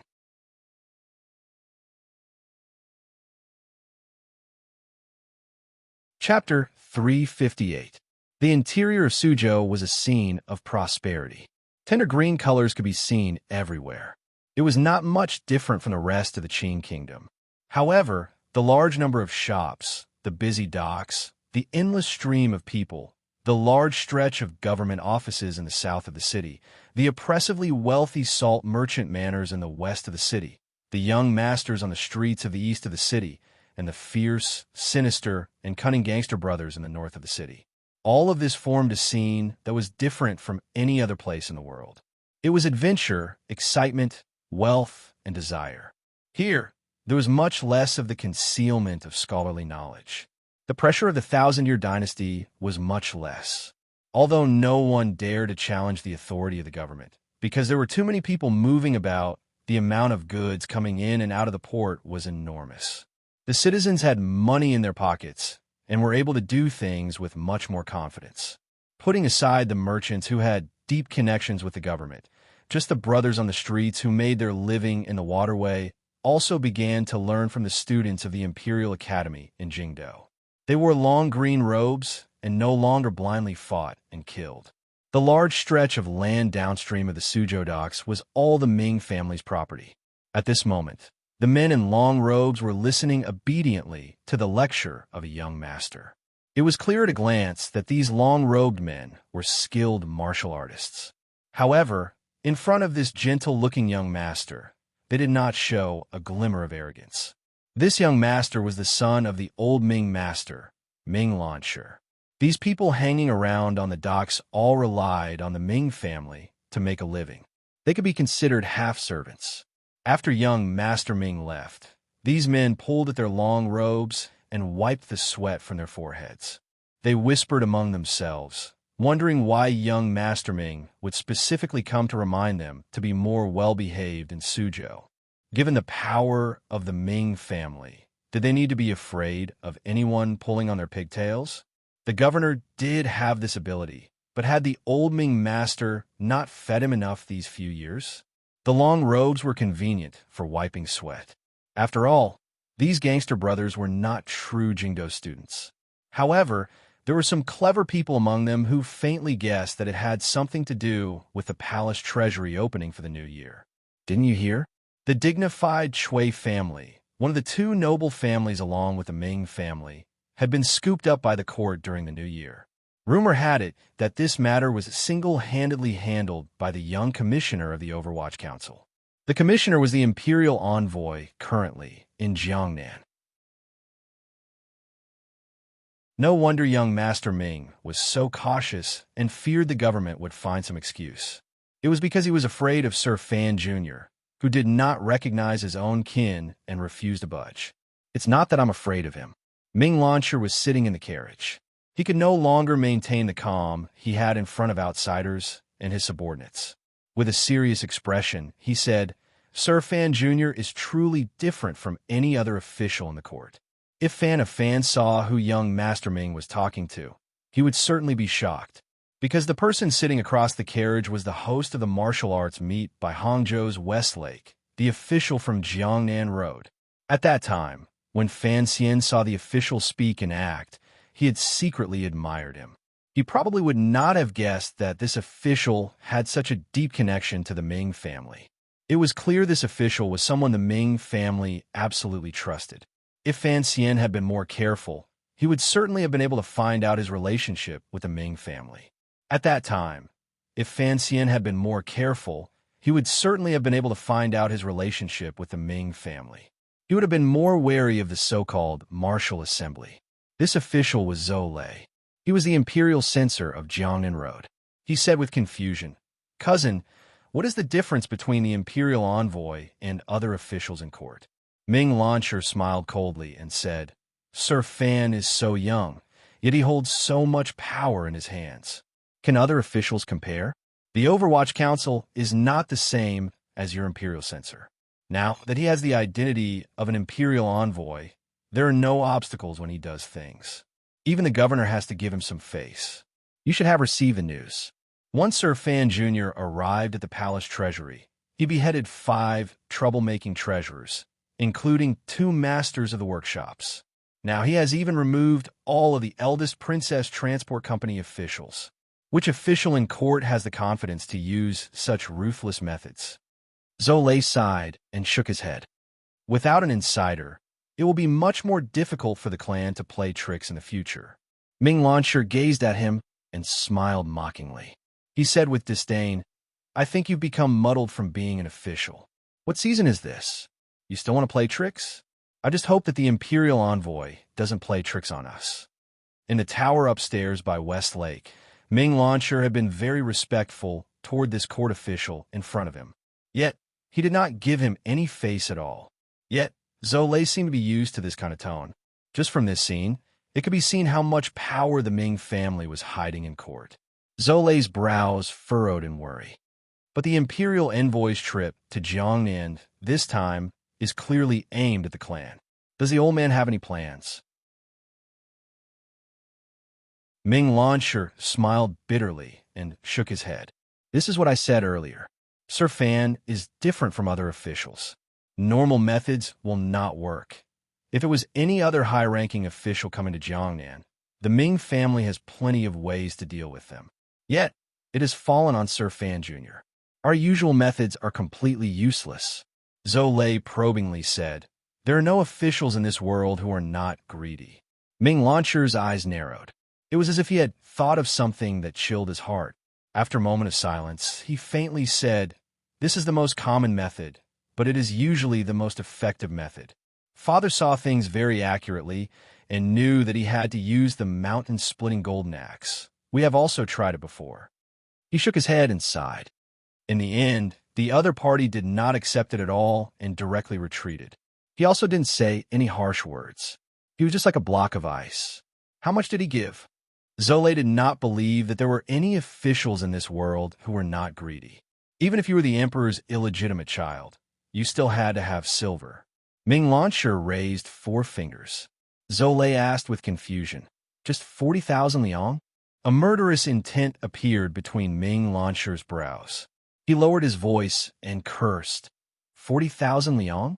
Didn't you see the 130,000 liang of silver in the chest in the young master's yamen?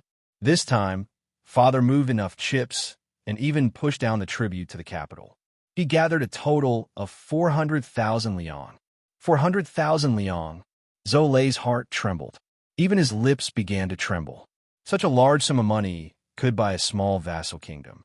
Could it not buy the imperial envoy's heart? Ming Lansher gritted his teeth and said, "There's also 20% of the shares." Zole almost couldn't believe his ears. This 20% of the shares was even more terrifying than 400,000 liang. How could the clan bear to use such a large sum of interest to buy Fan Xian? Usually, when he served the eldest princess, he had never been so generous. This could no longer even be called generous. It was completely cutting off his own flesh to keep him safe. Ming Lansher slowly closed his eyes. His eyelids moved slightly, and his face twisted slightly. Presumably, he was very unhappy in his heart. Zole didn't dare say anything more. The carriage sank into a period of silence. After a long time, Ming Lansher, who was now gradually managing most of the Ming family's businesses for his father, opened his eyes and slowly said, "We have all underestimated Sir Fan's appetite. Don't forget, his father is the Minister of Revenue and Court. 400,000 liang can definitely buy a prince, but it cannot buy him. Thus, as I said earlier, this method will not work." "What about the eldest princess?" Zole asked with slight hatred. "The Ming family has done so much for her. She can't just watch and not do anything, can she?" Ming Lansher thought for a while and quietly said, "When dealing with officials, if you can't buy them, you'll be slandering them. From the center to the limbs, you will have to work hard in Jingdo. In the court, you will have to scheme against the various officials. Unfortunately, this method doesn't seem to be effective." "Why?" Zole was shocked. Ming Lansher said self-mockingly, "What kind of person is Sir Fan? He has Director Chun and Minister Fan behind him. Although Prime Minister Lin has retired a long time ago, his power still remains. As long as the Emperor does not show any inclination, which official would dare to follow our wishes and submit a memorial against him? The Imperial Censorate has done it twice, but unfortunately, they were beaten cold-hearted by the Emperor's cane." Zole thought for a bit and then shook his head. "Today is different from the past. Sir Fan is far away in Jiangnan and has no time to defend himself. He is also far away from the Overwatch Council, so his reaction will certainly not be as fast as it was in the past. Even if his relationship with the Emperor is not normal, even if he is a proper prince, it is impossible for him to cause trouble in Jiangnan and not be summoned back to Jingdo. If we cause trouble, perhaps the Emperor will summon Sir Fan back." Ming Lansher mockingly said, "This is the weakness of you officials when you look at problems. You always keep your eyes on official rank and identity. Correct. Even if a proper prince comes to Jiangnan, the Ming family has a way to send him back with his tail between his legs. Fan Xian is only the Emperor's illegitimate child, so it seems that we should not be afraid. However, the way the clan looks at problems is different from the way the officials look at problems. In our eyes, Sir Fan has power, soldiers, money, and a good reputation. Yet, he is also ruthless. Even if he has some stains, they have been completely wiped clean by the court's Overwatch Council, which is responsible for magnifying the stains. No one can catch him. Who can swallow such a smooth pebble?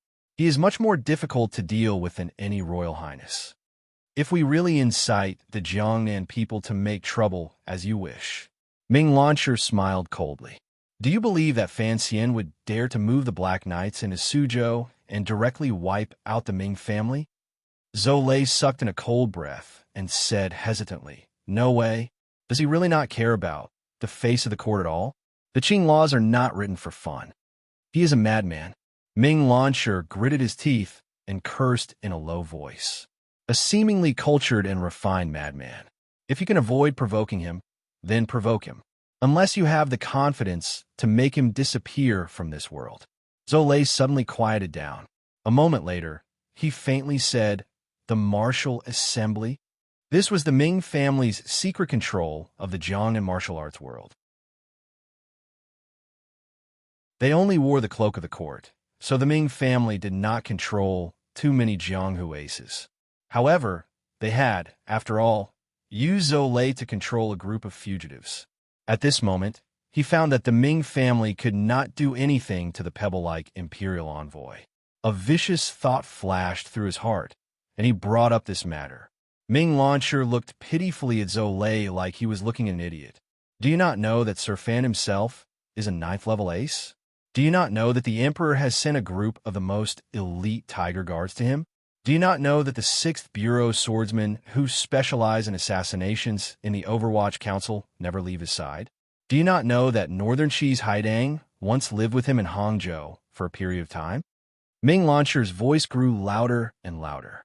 He felt more and more that this normally shrewd brother official was truly an idiot today. He scolded, "Just that martial assembly?" Master Yun, whom father had invited from Dongyi, had only caught a glimpse of him by Westlake before he was stabbed by someone. Presently, those useless aces in Dongyi are being chased around like stray dogs by those strange people. That is Yun Jilan. Dongyi, the descendant of Siga Jian, doesn't even have a chance to attack in front of Fan Xian.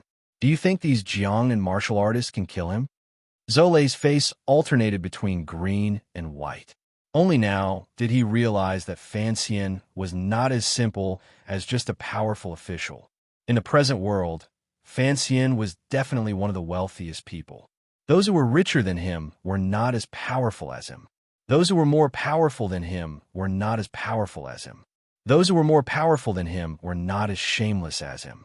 Those who were more shameless than him were not as powerful as his backer. Those who were more powerful than him had not yet been born. He did not care for giving money. He did not worry if they wanted to reduce his power in the capital. He was not afraid if they wanted to assassinate him. He did not care if they wanted to ruin his reputation. He would only use a knife to cut off their heads to vent the anger in his heart. This was an abnormal existence created decades ago. He was an invisible prince, yet he had the Overwatch Council and Ministry of Revenue that a prince could not have. Even the eldest princess, who had secretly influenced the court for over a decade, could not find a way to deal with him. What could the Ming family do? Zhou Lei comforted Ming Launcher and said, "Sir Guo is also in Suzhou. Looking at his intentions, the eldest princess will help out in Jingdou. What you said earlier was reasonable, but Fan Xian is so arrogant right now. I'm afraid the crown prince and second prince will feel uncomfortable. Even if they cannot move him back to Jingdou, talking to the people in the palace will be able to suppress his arrogance." Ming Launcher nodded. He knew that he could only barely maintain the present situation. Hearing the word Guo, he still couldn't stop the veins on his forehead bulging. In a cold voice, he said, "Tell your superior not to get involved." Back then, he hit Fan Xian with a stick in the Ministry of Justice Yamen and was chased to Jiangnan. Does he still want revenge? Don't forget, the Imperial Envoy is the most vengeful of young people. I just hope he doesn't get dragged down by that old white-faced Guozhang. The battle for monthly votes is truly cruel. The chase from behind is too close, so I still have to smile and extend my hand to ask for monthly votes.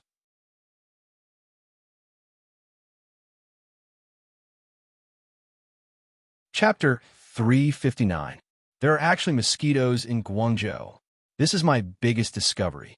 Gradually settling down, I found that in the 2 days I was gone, the monthly vote rankings were completely red. It was truly terrifying. Everyone has a monthly vote. Are you willing to vote? Are you willing to vote? Or are you willing to vote? There are not many people in the world who had the right to worship the Chun Garden where the director of the Overwatch Council, Chun Pingping, lived. In their eyes, the Li Palace in Xinyang, the Sword Hut in Donggu City, and the Ming Garden of the Jiangnan Ming family were the 3 most beautiful and wealthiest privately owned buildings in the world. Of course, this ranking did not take into account the black and green royal palace in Shangjing, which was as beautiful as a celestial palace. There were nobles living in the Li Palace, and there was a great grandmaster in the Sword Hut. They were all existences far away from the common people. Only the Ming Garden, not far from Suzhou and Jiangnan, gave the common people a chance to admire it up close. The Ming family never used their power to bully others, and they did not purposely maintain the mystery of a noble family. Thus, many Jiangnan scholars and tourists from afar would all follow the wide road through the woods after they finished strolling through Suzhou.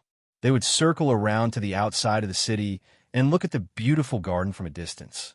Although they could not play up close, looking at it from a distance was enough to entertain the eyes.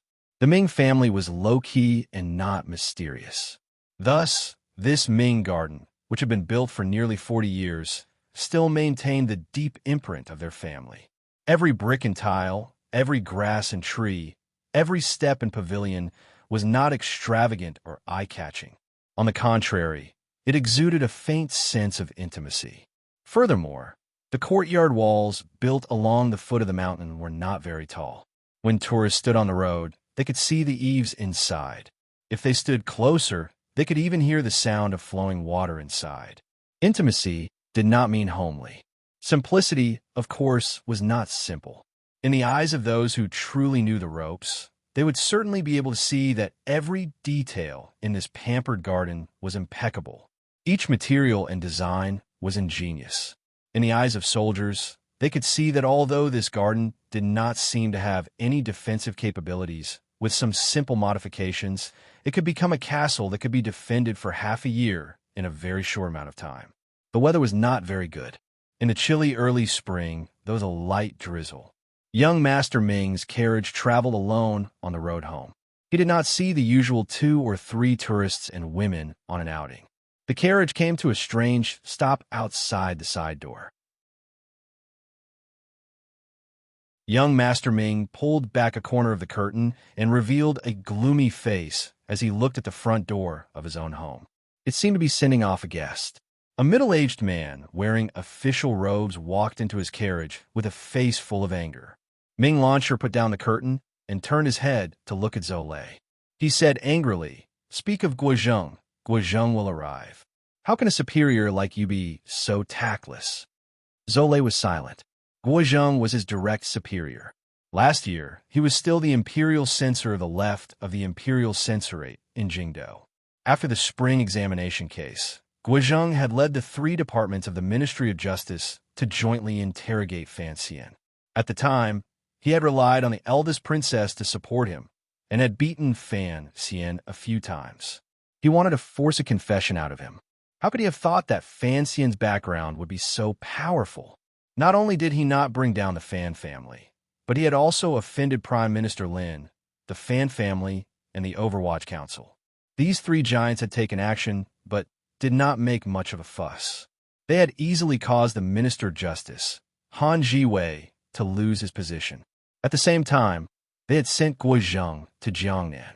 The biggest loss Imperial Censor Guozheng had suffered in this life was because of Fan Xian, so he had always held a grudge. Now that Fan Xian had come to Jiangnan, it looked like Guozheng wanted to incite the Ming family to oppose the imperial envoy. That was why Ming Launcher's expression was so ugly. He thought to himself that old man Guo had moved because of a personal grudge. Today he had come to his home. He was probably here to exert pressure again. "Father, I've already given the order." Ming Launcher respectfully stood at the bottom of the stone steps in a corner of the little courtyard in Ming Garden and reported into the room. The slightly tired and comforting voice of the current master of the Ming family, Ming Qingda, came out of the room. "Good. No matter what, you have to endure this year. Not only did the people of the clan warn us not to let the government catch us, but, Launcher, you have always been calm. Now, you have to be even more careful." Ming Launcher hurriedly nodded his head in acknowledgement. Ming Qingda slowly walked out of the room with a trace of tiredness on his face. "Did you see Guozheng earlier?" Ming Launcher furrowed his brows and replied, "Yes, father. If he came so openly, I'm afraid he will fall into the eyes of the imperial envoy." Ming Qingda laughed bitterly. "Never mind. The mark on our bodies is already deep enough. If we want to tear off our relationship with that side now, it is impossible.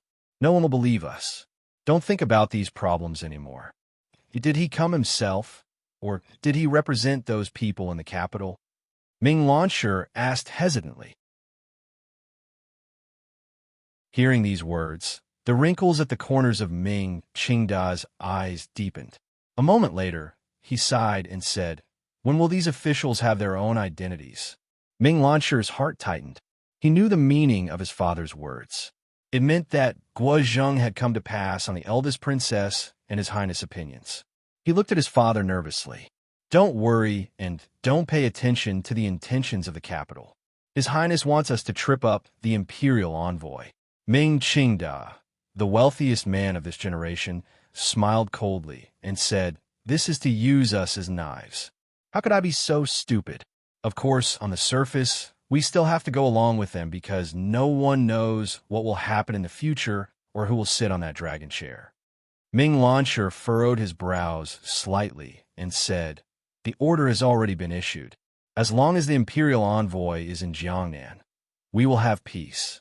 However, constantly showing weakness like this is not a solution. It is a good solution." A faint smile rose to Ming Qingda's face. Commissioner Fan is not a demon who eats people without spitting out the bones. Since he can't openly hold anything against us, he also has to be wary of the backlash from the Jiangnan officials and gentry, so he can't just bring a bowl of water and swallow us whole in one gulp. If we are more well-behaved and give him enough face, presumably he will also give us some face. This Sir Fan Jr. doesn't even give the second prince face, Ming Launcher said with a pained smile. Ming Qingda smiled self-mockingly and said, "The identity of a merchant has always been on the level of history, but now it is the exact opposite. Sir Fan is the son of Lady Yi. Looking at his actions, he has always harmed officials, but not the people. He also has no prejudice against merchants. He doesn't give the second prince face, but that doesn't mean he won't give us face. When all is said and done, no matter how the second prince retaliates, he is just setting a trap for him in the officialdom. We have the ability to move the power of the people. Of course, as long as the situation has not developed to the point where blades meet, we must not provoke him," Ming Qingda said. Ming Launcher was a bit annoyed. These few days, he didn't know how many times his father had said that his father's behavior on this matter was overly cautious. It made him feel uncomfortable. Although he understood the reason, he still found it difficult to accept. Seeing the faint worry on his father's face, he couldn't resist comforting him. "Father, if it really can't be done, let's stop." The top and bottom of the stone steps were silent for a while. Ming Qingda, the wealthiest person in Jiangnan, slowly shook his head. A moment later, a severe light flashed through the eyes of this nearly 50-year-old elder. "There are some things that I cannot stop just because I want to." He immediately smiled coldly and said, "If I stop, what will the tens of thousands of people in the clan eat? Don't forget that the nobles in the capital have so many shares. Even if we don't do it, will they not stretch out their hands to ask for silver from me? The eldest princess, the crown prince, the second prince, and a few large families in the capital have gotten used to eating us. If we really stop this time, who knows what they will do? Never underestimate the greed of the royal family and officials." Ming Launcher gazed at his father, and a glimmer of sympathy flashed through his heart. Who knew that the richest man in Jiangnan also had all these things he had no choice but to do? Ming Qingda said with a face full of hatred, "The Ming family appears to be doing well, but in reality, we are just an old hen that can lay eggs in their eyes. If the old hen doesn't lay eggs, those who originally supported us will probably want to kill us even more than the imperial envoy and finally eat a delicious meal of chicken." The hatred on Ming Launcher's face was immediately hidden. He cursed in a low voice. If it wasn't for the fact that those people in the capital eat too much silver each year, we would be able to properly sell the palace treasury's products. It wouldn't be much worse than it is now. Even if the palace treasury is cut off by the imperial envoy, our family's businesses throughout Jiangnan will still be able to keep the clan going. Ming Qingdao waved his hand, indicating that he should stop talking about this topic. He smiled coldly and said, "These years, the Ming family has been doing shady business to fill those people's appetites. Perhaps Sir Fan Jr.'s trip to Jiangnan this time is a chance given to me by the heavens to let me escape from those matters. Starting from this year, we will gradually reduce our share of entering the capital. The eldest princess and the others will not be able to say anything. As long as the winning bids this time are no less than 60% of last year's, it will be fine. Don't be like the Chui family and suddenly collapse. Speaking of doing proper business, do you think the Ming family cannot do it?" Ming Launcher bowed slightly and said, father is right. He had given up on the smuggling route to Dongyi and cut off his family's overseas pirate branch. This year, they would probably earn less silver outside of their accounts. They still had to pay dividends for those shares in the capital. This way, at least for this year, the clan would definitely lose money and would have to use their capital to fill in. If the imperial envoy stayed in Jiangnan, would they have to keep filling in silver? Even if they had great wealth and power, they would not be able to stop ants moving a mountain. Knowing what his son was worried about, Ming Qingda did not want to explain or comfort him too much because reality was like this. If the Ming family wanted to separate themselves from the past and protect themselves, then they had to pay the price of these 2 years. Speaking of the matter of the palace treasury opening bidding, Ming Launcher thought for a bit and then quietly said, "I have met with everyone these 2 days." The everyone, in these words, referred to any of the famous merchants in the Jiangnan area who had the power to participate in the palace treasury bidding. He continued to report, "I have asked a few familiar families. The Xiong family of Lingnan and the Sun family of Chuanzhou all know about the current situation. Although it looks like they're eyeing the palace treasury's marketing rights, their target is still the portion left behind by the Chui family. They have also promised me that they will not raise the price against us." Ming Qingda nodded and said, "Every family wants a piece of this golden rice bowl. However, since we have arranged things first, it is not good for them to openly oppose us unless they don't want to do business in Jiangnan anymore." Speaking of this, only now did the master of the Ming family faintly reveal a glimmer of the confidence and pride that the richest man in Jiangnan should have. "The key is those salt smugglers." Ming Qingda furrowed his brows slightly and said, "Those salt merchants are all ruthless characters who fish for money between life and death. They also have plenty of spare money on hand. If they participate in the bidding, it will be troublesome. Although we are not afraid, we will have to fork out a bit more silver. The court rules are very strict, 40% of the deposit." He shook his head and said, "It takes up too much. I'm afraid we won't be able to make up for it in the first half of the year." The wealthiest in Jiangnan were the so-called royal merchants and salt merchants. The two sides had originally minded their own business, but now that the Chui family had fallen, who knew whether or not those salt merchants would be eyeing the palace treasury business? Those salt merchants had a lot of money in their hands, and they also had backers in court. The Ming family was faintly worried about this. "I have visited all of these salt merchants in Suzhou." Ming Launcher thought of what he had seen and heard these 2 days and replied with some surprise. They were very straightforward. They said they would definitely not enter the doors of the palace treasury this year. "I don't know what is going on." Ming Qingda was slightly startled. He thought for a moment and then understood what was going on. He laughed self-mockingly and said, "It looks like everyone knows that Sir Fan Jr. is adjusting the channels to leave the palace treasury this year, so no one dares to fight for this bowl of rice at the first opportunity. They are waiting to see how we and the imperial envoy end things. It looks like those salt merchants are preparing to enter again next year." Ming Launcher raised his head and furrowed his brows. "Those salt merchants, they don't seem like people who are so overcautious. Who is their backer?" Ming Qingda smiled coldly. "Our Jiangnan road official Xueqing, Sir Xue. Xueqingda knows what Sir Fan means. At least in this first year, he will suppress the salt merchants and not let them enter the palace treasury to cause trouble for Sir Fan. This is the face Sir Xue is giving to Sir Fan Jr., the old Minister Fan in the capital and the director." Ming Launcher was silent and speechless. "That's fine." Ming Qingda thought for a moment and then said, "Being suppressed by the imperial envoy's heavenly might, no one will enter the chaos. It will be easy for us to plan. As long as we get the bidding document and get through this year safely, it will be fine. The imperial envoy will let us?"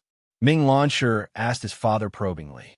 Ming Qingda said, "As long as everything is done openly, why should we be afraid of the imperial envoy? When it comes to business, he will never be as good as us regarding the palace treasury opening bidding. The highest bidder wins. If someone from the palace comes, Jiangnan Road will be watching from the side. It is not something that the Palace Treasury Transport Company can handle. As long as the Ming family is willing to pay the silver, Sir Fan Jr. can't force it out of me. What I mean is, will the Imperial Envoy secretly incite other families to purposely raise the price? This is the simplest move. They won't lose anything, but they can make us suffer a great loss. Ming Qingda shook his head confidently.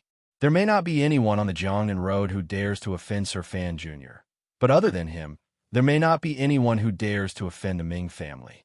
You also want to ask around earlier. Some of the more powerful families should be watching from the side this year. If he wants to find a puppet to raise the price, Ming Qingda furrowed his brows. Bidding requires clear silver.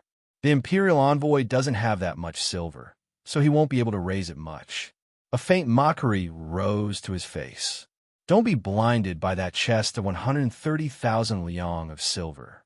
If he wants to use silver to smash people, the officials won't be able to do it. When it came to using silver to smash people, it was the Ming family who did it the most shockingly. Thousands of images swallowing the wind and clouds. In one go, they threw out 400,000 liang of silver with the intention of knocking Fan Xian unconscious. Although they didn't succeed, this kind of boldness was not something that the bribers in the capital could touch. The Imperial Envoy's father, Sir Fan Sr., is the Minister of Revenue of the Qing Court. He manages the national treasury. Ming Lansher reminded with a pained smile. Ming Lansher forced a smile and reminded him, speaking of silver, his silver is much more than the Ming family. Minister Fan? Ming Qingda said with slight mockery. If the Ministry of Revenue doesn't move, then so be it. If the Imperial Envoy uses his father's power in order to suppress the Ming family, then this matter will be interesting. Trust me, the eldest princess has been so quiet. She must be waiting for that moment. Ming Garden immediately fell silent. Ming Lansher felt a slight chill in his heart. He knew that although his father appeared to be retreating step by step, he had long discussed with the nobles in the capital how to deal with the Imperial Envoy. No one knew how much blood and danger were hidden in the background of the palace treasury bidding. The matter involved the national treasury and the minister. Ming Lansher did not dare continue this topic that could not be said out loud. He calmly changed the topic and reported. Based on past practice, the Taiping Money House's silver has already been prepared. Father has repeatedly warned us, so we have prepared an extra 30% of the silver this time in case we are caught unprepared when the bidding comes. The palace treasury bidding used clearly marked silver. Putting aside the 40% down payment after the deal was closed, the bidding silver itself had to be prepared in advance. Whether it was real silver or banknotes from a money house approved by the court, it had to be delivered to the special meeting place on the day the bidding opened. This was a terrifyingly large sum. For a wealthy family like the Ming family in Jiangnan, it would be difficult for them to immediately take out so much silver. After all, they cannot sell land or homes. Furthermore, 60% of the bidding silver could be immediately returned after winning the bid. Royal merchants did not want to take up cash flow, so they would borrow it from outside. For large families like the Chui and Ming families, they needed a lot of silver each year during the bidding. They all used Taiping Money House to raise silver. Using produced goods as collateral had already become a custom. This year, they predicted that the palace treasury opening would be troublesome. Fan Xian would certainly think of a way to make the Ming family bleed more. Thus, the Ming family had the Taiping Money House prepare an extra 20% of the banknotes. Do not underestimate this 20%. The base number was too large. 20% was already a terrifying sum. It made the Ming family pawn off a lot of things. Taiping Money House can be trusted, Ming Qingda said in a low voice. It is an old relationship.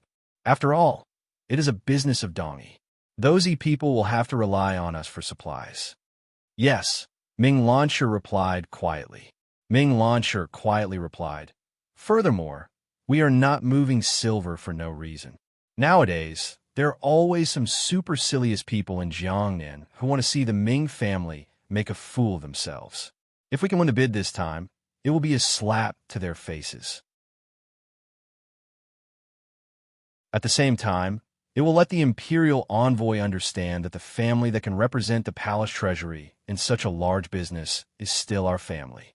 Ming Qingda glanced at him with praise and said, "That is exactly what I mean. That is why we must accept this bid. The system of the court requires such a large sum of silver to be placed on the transport company. The original intention is to get rid of merchants who do not have enough power. At the same time, it also helps the Ming family sweep away a lot of opponents. Of those who can move so much silver, one family has already fallen. Who else can? Unless the imperial envoy wants to see no one take over the palace treasury goods next year. Otherwise, you can only give it to me. What we have to ensure is, first, the price, not too ridiculously high.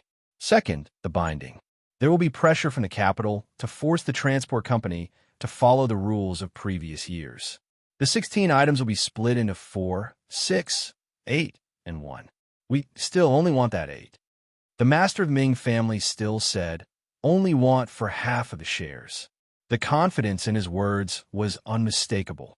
Ming Launcher accepted wholeheartedly.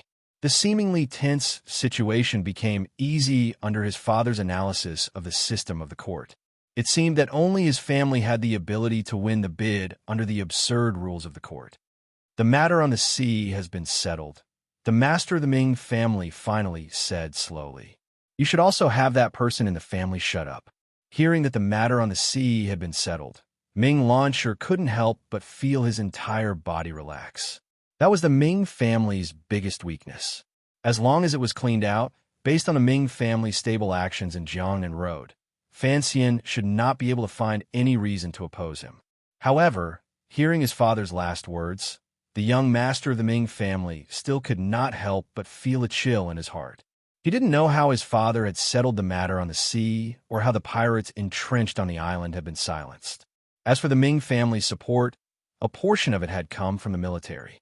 His father was very tight-lipped, so even he, the young master of the Ming family, did not know which side of the military the capital had mobilized this time.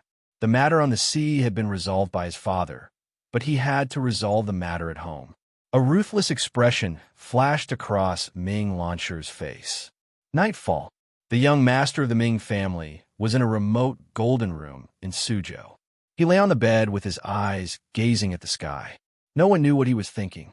In his arms was a naked woman lying obediently like a kitten. Her slender fingers drew circles on his bare chest. This woman was Ming Launcher's third concubine. Because of her special identity, she had always been raised outside of Ming Garden. Launcher. The concubine's breath was slightly warm.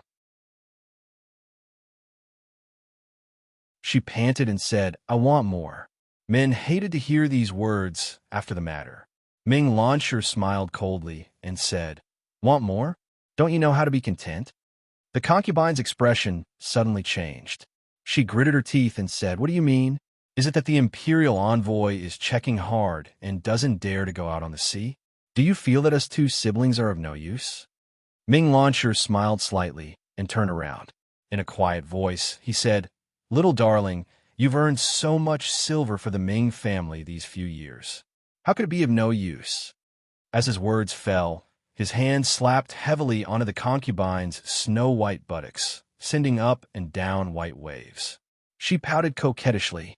The concubine's eyes were like silk and filled with anticipation. Ming Launcher's face was full of smiles. He chopped down on the back of her neck and watched as the concubine fainted with a moan. He then used his own hands to steadily and mercilessly grip the snow-white neck that he had kissed countless times. To be continued. If you want to know what happened next, please log on to www.cmfu.com. More chapters. Support the author. Support original reading.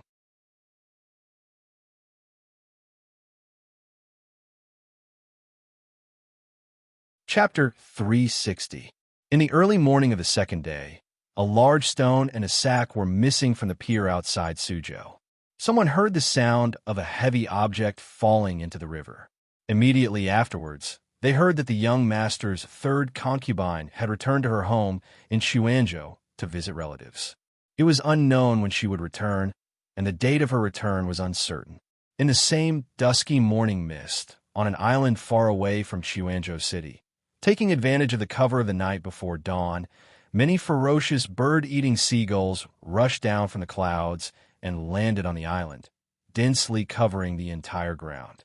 These seagulls greedily lowered their heads, using their blood-stained beaks to peck and tear at something. Because there were too many birds, the fight for food was especially violent. From time to time, seagulls would wantonly bite each other in order to fight for food territory. For a moment, the dusky island surface was filled with bird feathers flying chaotically, flesh and blood splattering everywhere. What they fought for food was not the young birds and turtle eggs that they normally enjoyed, but human corpses. The entire island was actually littered with corpses. The pungent smell of blood rose into the sky. Fortunately, it was early spring, so there was not too much of a rotten smell. But even so, with so many corpses, it still attracted the attention of many seagulls within a radius of several hundred miles. What a feast!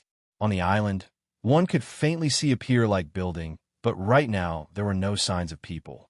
The dead people had their eyes wide open in fear, their white eyeballs unable to move, covered in a layer of mucus formed after death.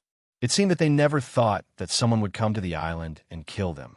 With a cheese sound, a seagull accurately pecked at the eyes of the corpse that could not close their eyes.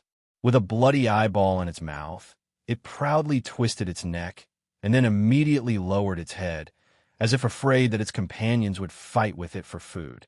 Spreading its wings, it moved to another place, hiding under a reef, and began to eat. But it found that this food was a bit hard, and it grabbed its neck, anxiously cackling. The island was covered with corpses, flesh flying to reveal white bones. Internal organs pecked out, blood, death, flying, fighting flocks of birds, the aura of death and fear pervading the sea. With one hand, he pushed the corpses above him away with some difficulty and carefully chased away those damned seagulls beside him. A pair of eyes nervously peered out from the gap. After confirming that the group of soldiers had left by ship, this island pirate who had survived the disaster crawled out of the corpses of his companions with lingering fear. The man had been stabbed in the shoulder and was badly mutilated. If it were not for his identity, which allowed him to sense the murderous aura of the soldiers very quickly and pretended to be dead and used the corpse of his comrade to cover himself, he might have died long ago. The soldiers who had come to the island should have been the pirates' companions, but they suddenly became violent. The viciousness of their actions was difficult to describe. It was not until everyone on the island was dead that the leader of the pirates realized that the Ming family had come to silence them. The person who had luckily escaped had a dark complexion. It was obvious that he had lived on the sea for many years. His face was normal, his expression was determined, and his eyes were slightly narrowed. After experiencing such a disaster, he did not seem to panic. He panted as he sat among the corpses of his companions, forcing himself to calm down. He tore off the clothes of his companions beside him and tightly bandaged his own wounds. Then, he began to get up and search for fresh water and food on the island. When the soldiers left, they thought everyone was dead, so they did not destroy the water and food. They gave him a chance to live. After he recovered his spirit, the sky brightened. Facing the rising sun, the man slowly sat on the dock and looked at the flock of birds that flew and landed not far away. He looked at the wretched appearance of his companions who had been with him for many years after their deaths. His lips began to turn white, but he resisted the urge to vomit. With a flip of his hand, he picked up a jug of water and poured it into his dry mouth. The people who had died were all his companions, but he would not bury them. For one, too many people had died. It was impossible for him to bury so many bodies by himself. For pirates, if they could not be buried in the sea after they died, it was not necessarily a bad ending for them to be taken into the sky by these seagulls. Thirdly, these pirates had done a lot of evil in their daily lives. Murder and rape were common occurrences. Now that they had been killed by people and then eaten by birds, it could be considered retribution. He was called Qing War, a native of Chuanzhou. His family background was ordinary, and his ability was ordinary. He spent his years on the sea as a sailor. Sometime last year, the large ship he was on was robbed by pirates. He didn't know what method he used to luckily survive. Furthermore, he joined the inner circle of the pirates and began to become partners with them. On the roaring sea outside Chuanzhou, he did those ugly things. The pirates on this island were the largest on the sea, but, strangely, they did not do much business. Furthermore, the leader seemed to be purposely hiding the movements of this group. After staying on the island for half a year, Qinghua finally discovered that the main business on the island was robbing the Ming family's cargo ships heading to the Western Ocean. Each time they robbed a ship, they did not leave anyone alive, particularly the court officials responsible for escorting the ships. In just half a year's time, because of Qinghua's cool-headedness and cold-bloodedness, he received the appreciation of the leader and became a small leader among the pirates. He began to gradually understand more details and began to have the opportunity to come into contact with some very important matters. Unfortunately, at this time, on this night, a group of powerful navy found the small island and slaughtered everyone on the island in an incomparably bloody manner. The morning sun brushed against his face, but it was not refreshing because he was surrounded by dead bodies and flesh. Qinghua's throat gurgled. He recognized the pirate not far in front of him who was being eaten by birds on his thigh. It was Kai Zi, who lived in the same cave as him. Qinghua's eyes blinked weakly and stood up with some difficulty. He walked to the side of Kai Zi's body and used the wooden stick in his hand to chase away the wretched seagulls. Looking at Kai Zi's body, he was speechless for a moment. In the end, he slowly said, "If I go back alive, I will take good care of your parents." After saying this, he decisively threw down his comrade's body and followed the hidden little path under the dock in another direction. The ships on the island had all sunk, but the pirate leader had left a backup plan there. He didn't know if the wooden boats were still there. Qinghua did not walk quickly, but he was particularly determined. He had to quickly return to land. Although he had survived, the subsequent reports had not been sent out. The commissioner's side should already be anxious. As he walked, he wiped away his tears and forced himself not to turn his head to look. Although the pirates behind him all had their own paths to death, after being together for half a year, even if he had a heart of stone, he still couldn't help but have some feelings. At this moment, a flame of anger rose in Qinghua's chest. He was about to get proof that the Ming family was colluding with the pirates. That group of soldiers last night had a powerful battle power. Just which faction did they belong to? Since they had come to the island to silence witnesses, it had to be some big shot in the military who could mobilize the powerful navy along the coast. Was it the Yi family? However, he did not have the right to make a judgment. He only hoped to quickly send this report back to Suzhou. The crying Qinghua was one of the 5 crows of the 4th Bureau of the Overwatch Council stationed in Chuanzhou. He was the secret agent who had once reported to Fan Xian the connection between the Ming family and the pirates. Far from this bird island, outside Suzhou in Jiangnan, in the beautiful Ming gardens that seemed unwilling to be tainted by a trace of the secular world, the current master of the Ming family, Ming Qingda, was standing respectfully in front of a chair and replying to the question of the person in the chair. The person in the chair was a woman, an old woman. Even in front of the eldest princess, Ming Qingda had no need to be so reserved and courteous. In front of this old woman, he had to lower his head because this old woman was the true most powerful person in the Ming family, the matriarch, his birth mother.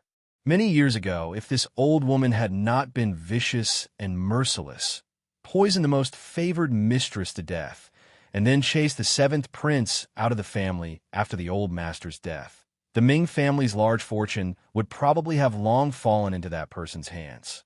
What share would Ming Qingda have? Each time Ming Qingda looked at his old mother, he could not think of the words old and virtuous. Instead, he thought, being old and not dead is a thief. My 7th brother's body has probably already turned to white bones somewhere. Although he felt at ease, he also felt a chill.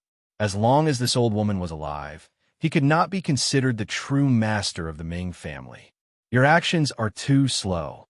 The old Ming matriarch looked at her son and said in a cold and merciless voice, "If you wanted to wash yourself clean, then you should have started acting 2 years ago." Ming Qingdao was known to be intelligent. Otherwise, he would not have been able to control such a large business of the Ming family.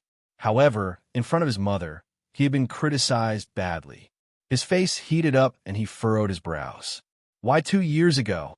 Because 2 years ago, the palace decided to have Fan Xian marry Lin Wanner. A cold light flashed through the old woman's eyes as she spoke in a hateful voice.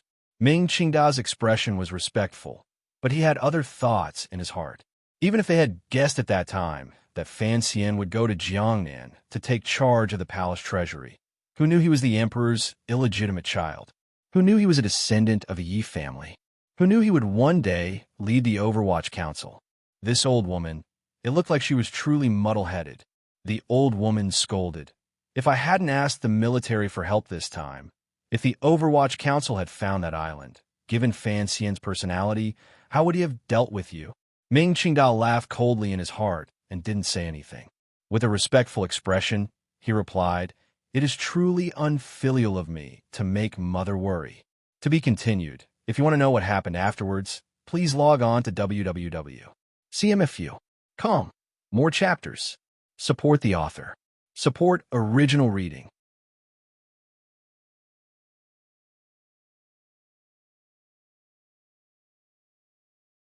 Chapter 361. Time is very messy right now. So it is even messy, eh? P.S. After lunch in the underground tunnel, I saw a few people playing chess to swindle money. I saw one person fall for the trick and move a chess piece. I spoke too much and was glared at by the hidden chess piece. I'm not in a good mood and feel inferior because I don't know how to use tyrannical Jinchi. These chapters are instructions. I want to learn this writing method. I don't know how it will turn out. How is Lan Shi today? The old Ming matriarch looked at her son coldly and was concerned about her grandson. Ming Qingdao narrowed his eyes and said, "The child knows what is important. Besides, he has treated her well these few years." "Men," the old Ming matriarch said mockingly.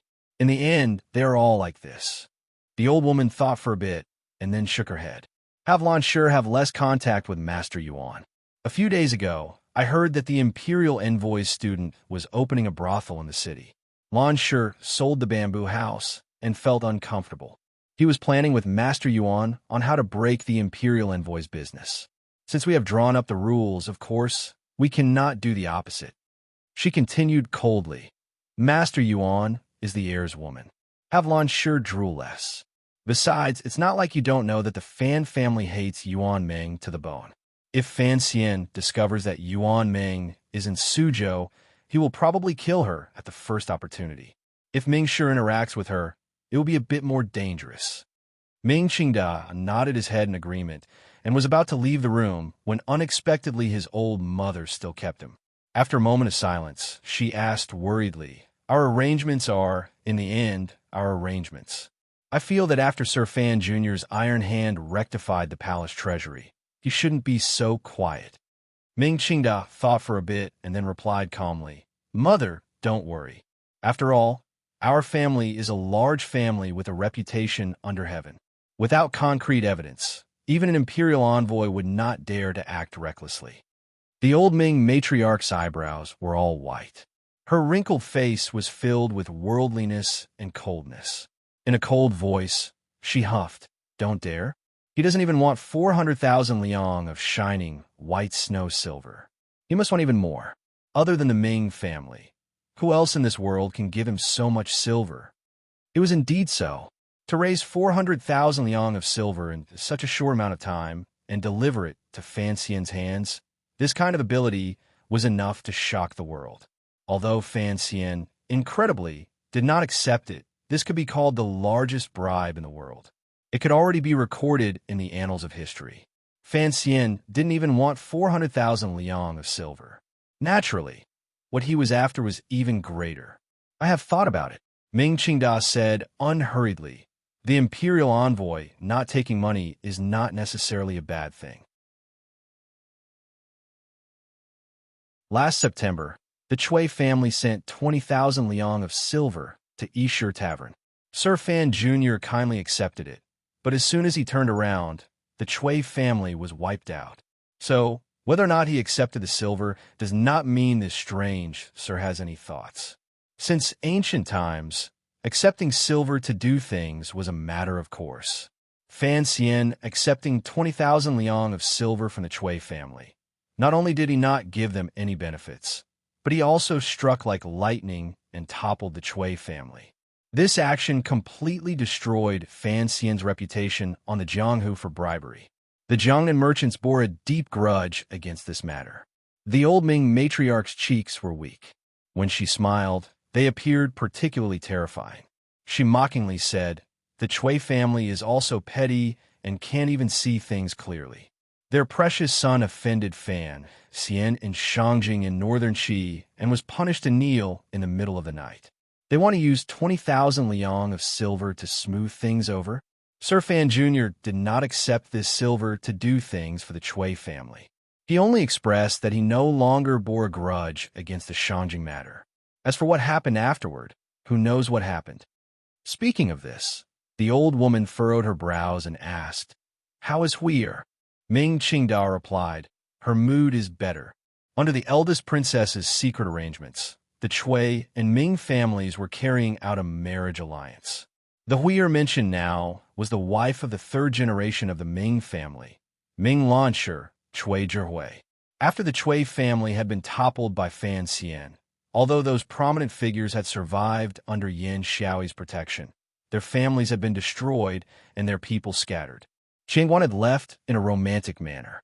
The bride who married into the Ming family could not help but feel terrified and wash her face with tears every day. After talking about some family matters, the old Ming matriarch brought the topic back to the main topic. She narrowed her eyes and said, "The shopkeeper of Taiping Money House came to say earlier that the silver our family has deposited is pretty much all prepared this time. However, a few days ago, you came to tell me about Zhaoshang Money House. What is its background? How come I've never heard of it?" "I am a bit worried about Taiping Money House." Ming Qingda furrowed his brows and said, The Sher Chonli you mentioned earlier, I heard he had withdrawn a few large sums of silver from the money house. If the court or the imperial envoy has done something, I'm afraid there will be some problems. He saw that his mother did not say anything and was deep in thought. He then continued, Zhaoshang Money House is a new one. It only appeared in Dongi last year. As you know, most of the money houses nowadays come from Dongi. I've asked someone to investigate the shares and background behind them. There shouldn't be any problems. What I am thinking is that if the price of the palace treasury bidding is raised by the imperial envoy, there must be a guarantee of future cash flow. Other than Taiping Money House, there must be another way out. The old Ming matriarch opened her eyes and smiled coldly. What kind of background makes you believe it's so? Our family does palace treasury business, and the silver we need is like flowing water. How can a small money house be in such a rush? Fan Xian going to Jiangnan actually messed up your thoughts. You really don't have much of a future. Ming Qingda's heart was slightly angry, but he still maintained a smile on his face. He explained, the main thing is that the background is reliable. Guess who is behind that Zhaoshang Money House? Don't try to be mysterious with me. The old Ming matriarch glared at her son with disgust. Ming Qingda coughed and said, I've investigated clearly. Most of the shares in Zhaoshang Money House belong to the Shun family. The Northern Qi court chased after them very hard. Back then, the Shun family's money manager fled to Dongi. Only then did he start this business. The Shun family? A glimmer of interest finally appeared in the old Ming matriarch's eyes. The provost of the Northern Qi Discipline Commission, Shun Zhong? That's right. The old Ming matriarch was silent for a moment and then smiled dryly. The Northern Qi court confiscated the Shun family. Young Lady Shun fled alone, and there has been a sum of wealth that has not been confiscated. Back then, Shun Zhong and the Chui family worked together to control the palace treasury, smuggling to Northern Qi. Who knows how much silver was saved? If it was his family, then this money house does have some financial power. Most importantly, Zhaoshang Money House's true backer is a very powerful family in Dongyi. Ming Qingda struck while the iron was hot. Shenzhong was killed by the Northern Qi Emperor. Furthermore, it should have something to do with Sir Fan Jr., so Zhaoshang Money House would certainly not communicate with the court in Northern Qi. Other than the large amount of silver hidden in the Ming family's fields and manors, most of the silver used for business was stored in Taiping Money House. The seal to transfer money from Taiping Money House had always been in the hands of the old Ming matriarch. Ming Qingda had the title of master of the Ming family in name, but in reality, he was just a puppet. Today, he was trying his best to recommend Zhaoshang Money House to his mother, who knew what he was thinking. He didn't know if the old Ming matriarch had sensed her son's thoughts, but her smile instantly disappeared. She coldly said, "Did you not find out how much money Shi Chanli was able to move from Taiping Money House?" Ming Qingda felt a thread of cold sweat trickle down his back. He forced himself to be calm and said, "Taiping was forced by me."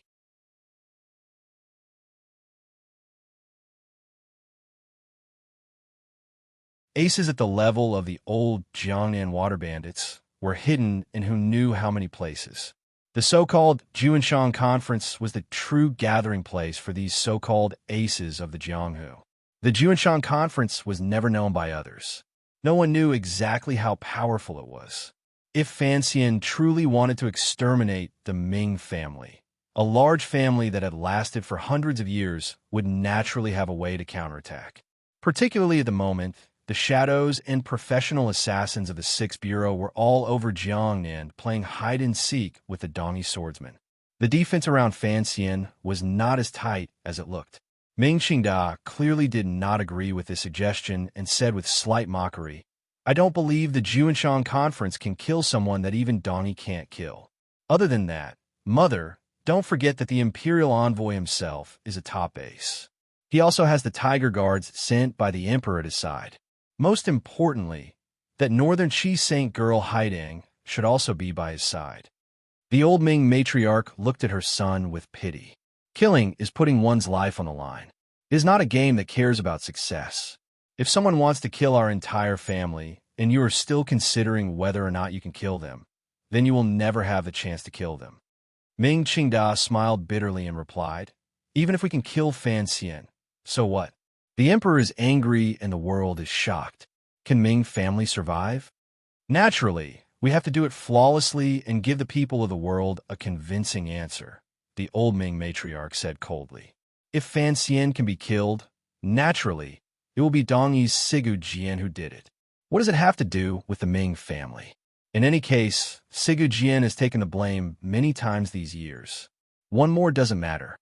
Ming Qingda mockingly said, "Perhaps this excuse can only fool us, but it cannot fool the people under heaven, much less the Overwatch Council and the Emperor.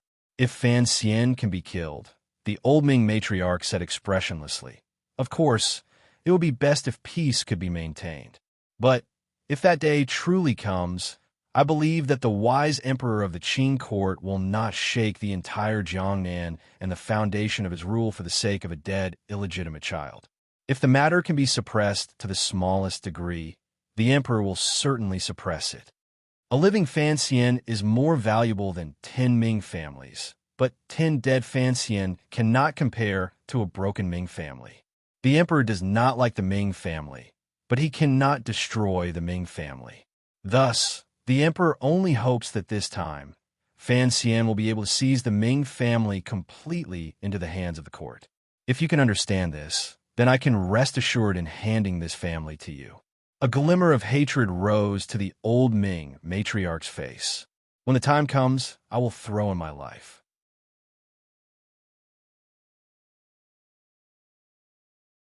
Ming Qingda's feelings were mixed. Crying, he said, "Mother, what unlucky words are you saying?" He laughed coldly in his heart. The old woman was indeed old to be so muddle-headed in seeing things. If she really killed Fan Xian, as she said, how could the emperor give the Ming family a way out? Throw in your life? Do you really think your old life is so valuable? To be continued. If you want to know what happens next, please log on to www.cmfu. Calm. More chapters. Support the author. Support original reading.